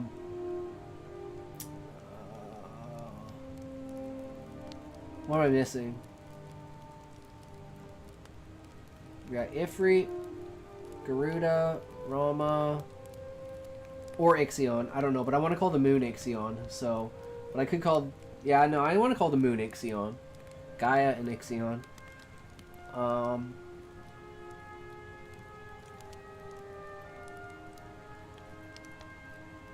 Titan, Leviathan.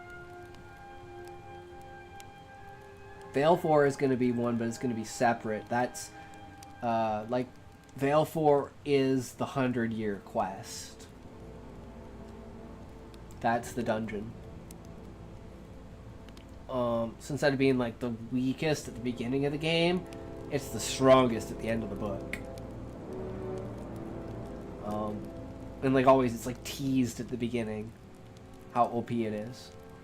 But then we find out, of course, at some point in time that Fafnir was the dragon that was seen like 2 weeks prior, when someone said there was a dragon sighting, and there was somewhere on the outskirts in like Titan or something like that. I don't know, because Titan's where Sid is. I have that planned out, but I don't know. We'll figure out some area. Because I'm like, could it be Ifrit? But then it's way too close to the tree. If Fafnir's flying around close to the tree, everyone would have saw it. Then again, who said he's flying? And he is supposed to be in the tunnels in Ifrit. So the fact that they're saying that someone saw a dragon in a tunnel near Ifrit really doesn't lead credence to it. But people have been disappearing. So, something to investigate. So, it's kind of like one of the first clues. They go to Ifrit, they pick up Gluttony, and then they start heading into, like, the caves. And that's when they find shit is not going to plan. And there's a Beastman army ready to invade Garuda. And it's like they've basically dug through all the tunnels using the lava from the volcano, and created these like air pocket tunnels that go through all the way out into like outside of the volcano biome, and that is where they basically have a staging point underneath like a water canal that goes down, but they filled it with lava, boiled out all the water, used that for steam to run engines, because they're like somewhat like they understood technology. It's like very ancient to them, but they did, so they do have some, you know, rudimentary technology. And that's another reason why like the tree, like people inside the tree are like, they're so like old world, like ancient history, like no one really knows anything about what the world was like before the tree, except the first monarch, who's still the monarch, but nobody knows that. So I think this just sets up a really good start for it. Because I don't like everything just fucking around in my head, but having a cliffhanger and a side story for the end, and you'd think like, oh, you go to the side story of chapter 1, and it'd be like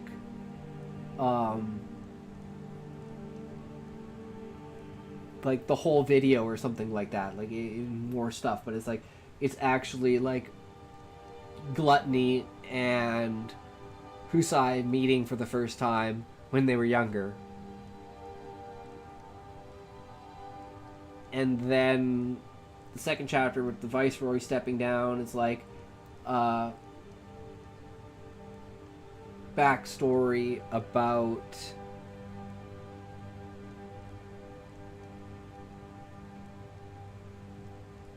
I want to do kind of a political one about his son and like his raising, and now how his son is becoming the new Viceroy. So like the first one doesn't, it like seems extremely out of place, and that's kind of the idea behind it, where you're like, it's more of a character introduction to Husai, because he's the main character, and you're seeing everything from his first person. So I think that'll go really well with like setting up his personality. And then the third chapter is him going to see his ancestors and then leaving for Ifrit.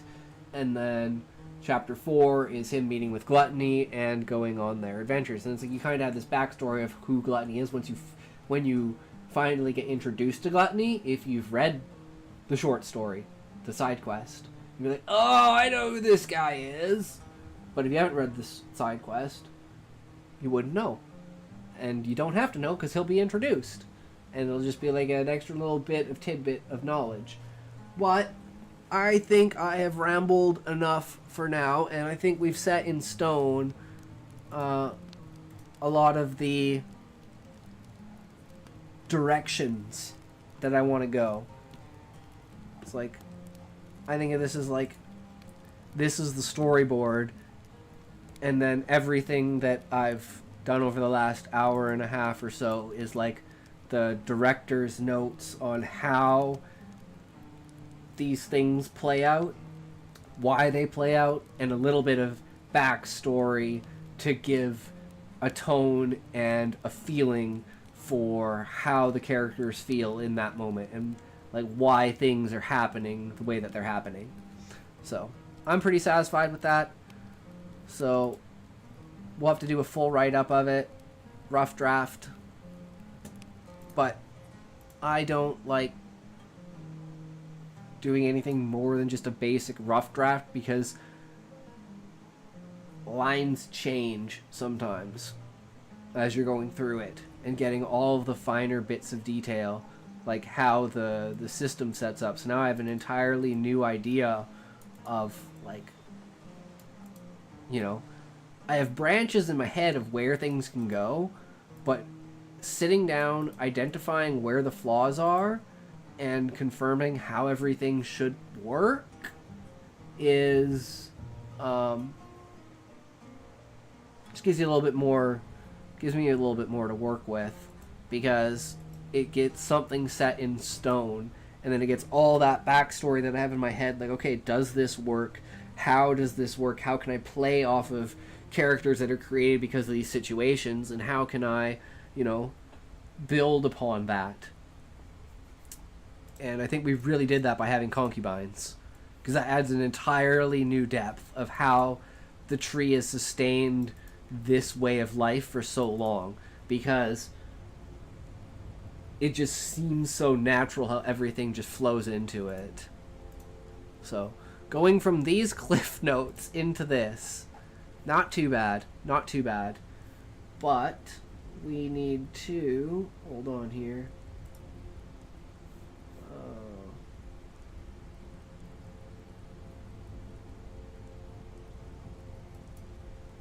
No.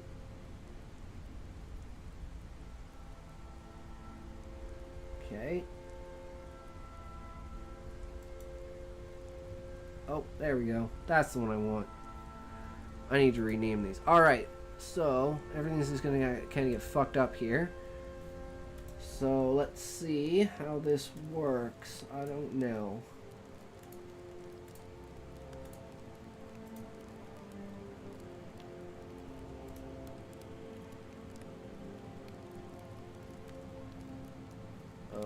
Okay. Think that worked?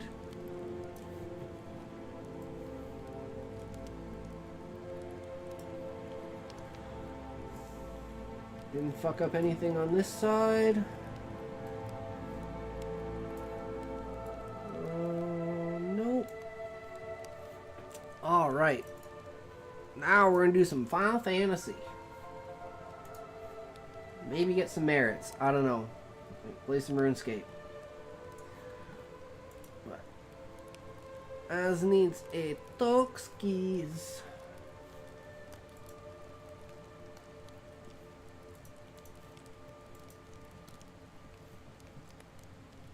And to get ready for...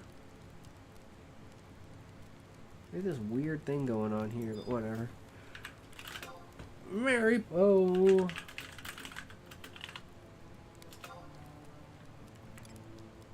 Yeah, there's not really anyone looking. Oh, I think I know why. Is that why? There's some weird shit going on here.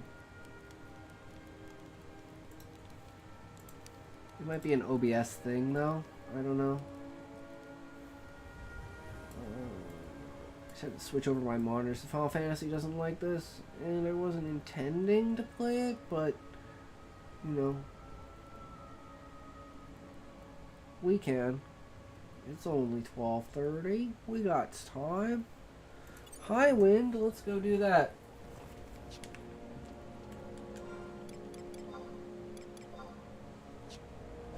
Support button.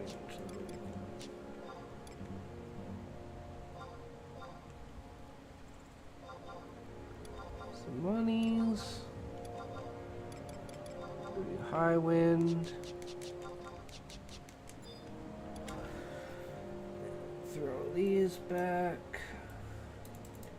Do.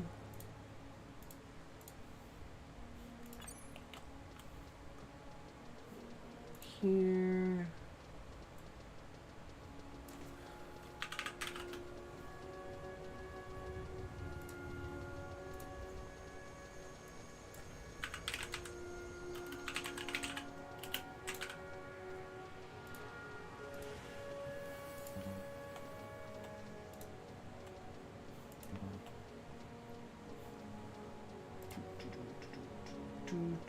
Do.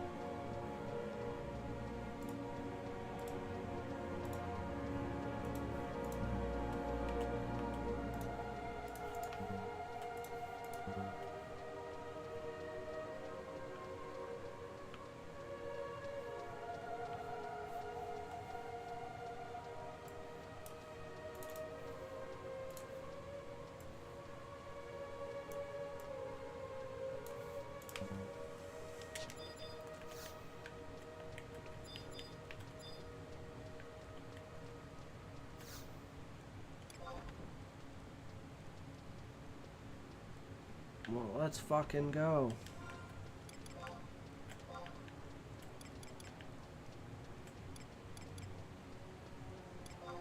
Should we just use club?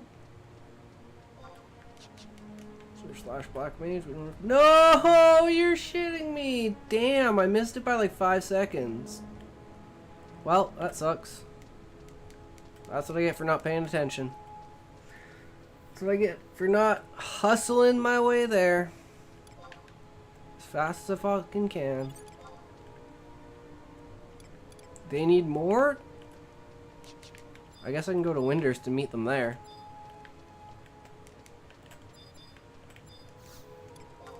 Let's do that.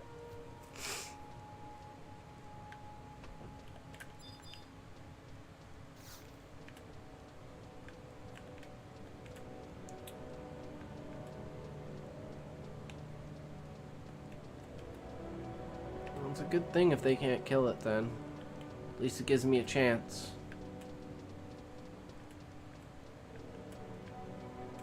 We all got heads to Windy. Thankfully, I am Winderston, so I can just easily go there via Saruda.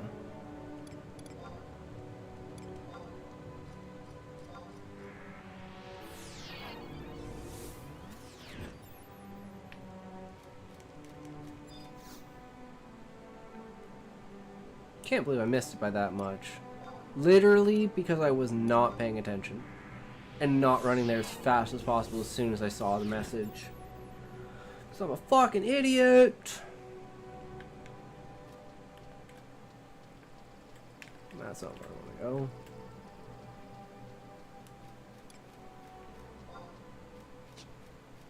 All the way over there.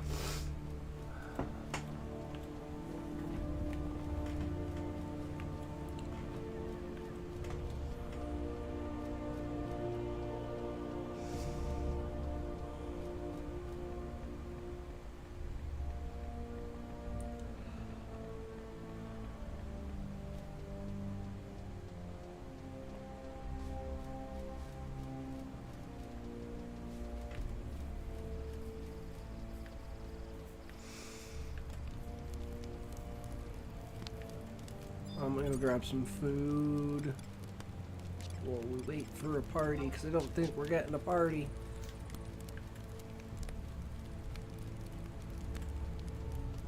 I might get lucky as the first vote, but I don't know.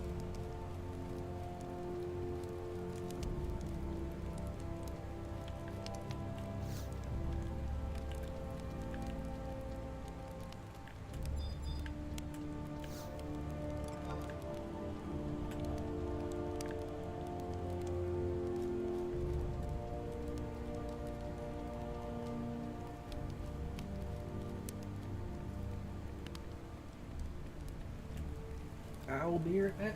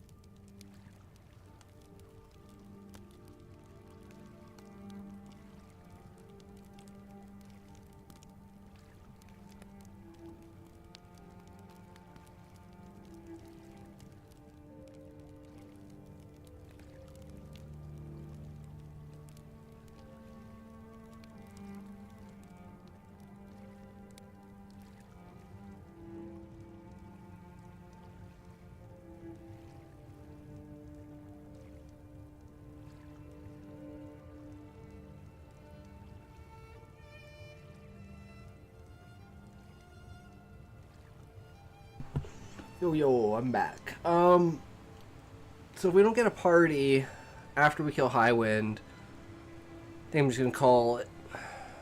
Just gonna call it, because I don't want to be sitting here all night. And then when eventually I'm like, oh man, I'm so tired. Boom, party. And I'm like, well, I'm not staying up for like more than another hour. So then I only like party for like 45 minutes or so. You know, sometimes parties won't last that long, but especially at this time of day. But I don't know. We'll see. It's only like a long way.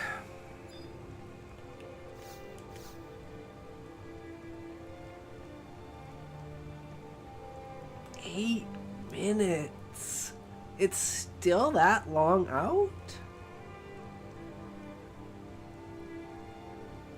Did I miss it? There's no way I missed it. 32, 36, I missed it together. Island, wonders. I did miss it.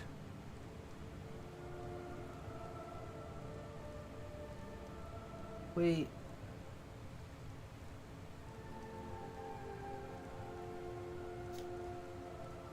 Five minutes. Right here at 27. I'm so confused. Did I miss it again?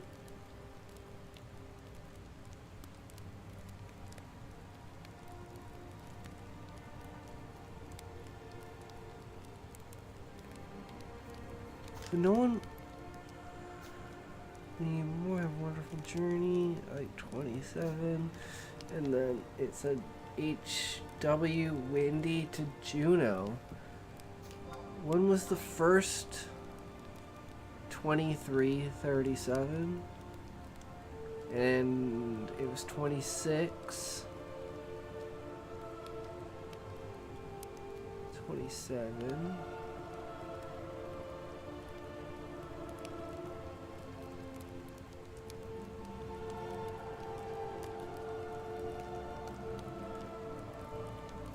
I had to have missed it by like 2 minutes. Because I'm a fucking idiot. Like, it's gotta be in Juno now.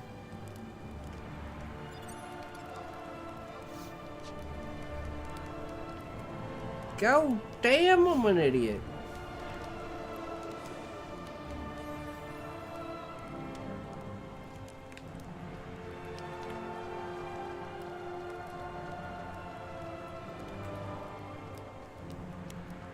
I'm gonna be like, airship is just leaving.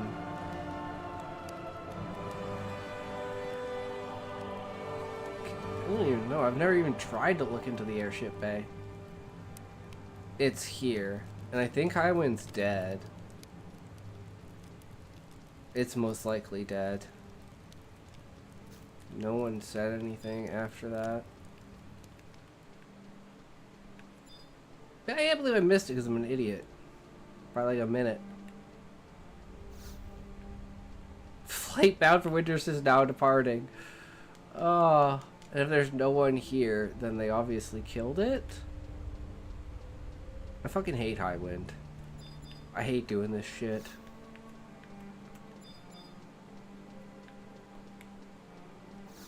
Never use the fucking airships. Ever. It's gone, right? Nope, not yet. I might still make it. Or I'll miss it again by 5 seconds.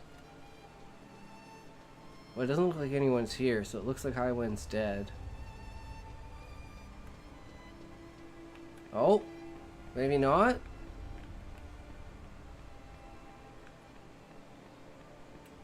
Looks like it's still up.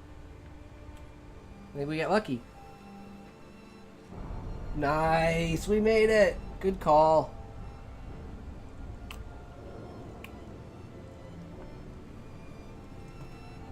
Really good call.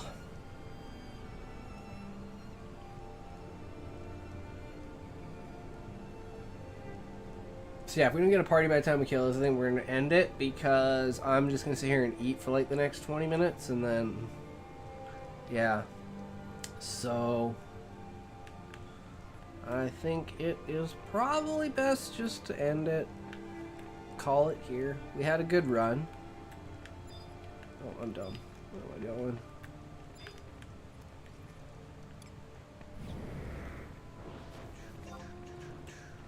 Judgment.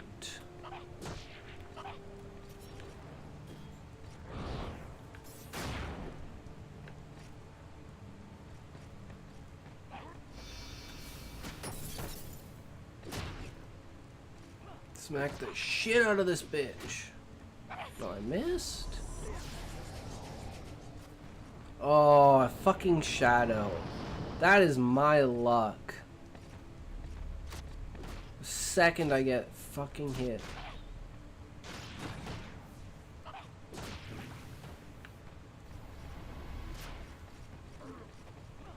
I don't think it'll really do any damage, but oh, I'm not even using the right gear. I don't know why it keeps unequipping my main gear. Fucking hate this dude.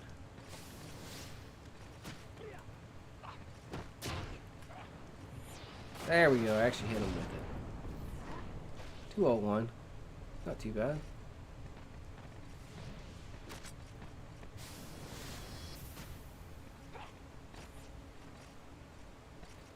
At least he didn't eat my TP from running away.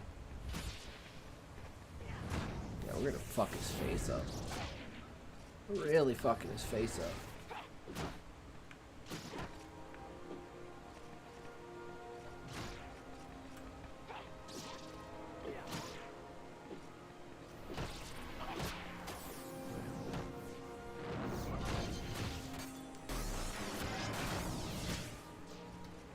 Death to the flyer! He dead. Nice.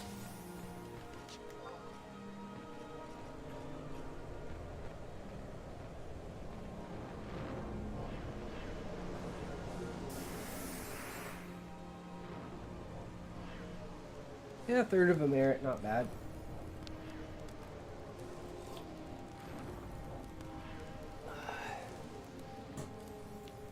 And with that, remember, you can't say fuck you to your friends. Who can you say fuck you to?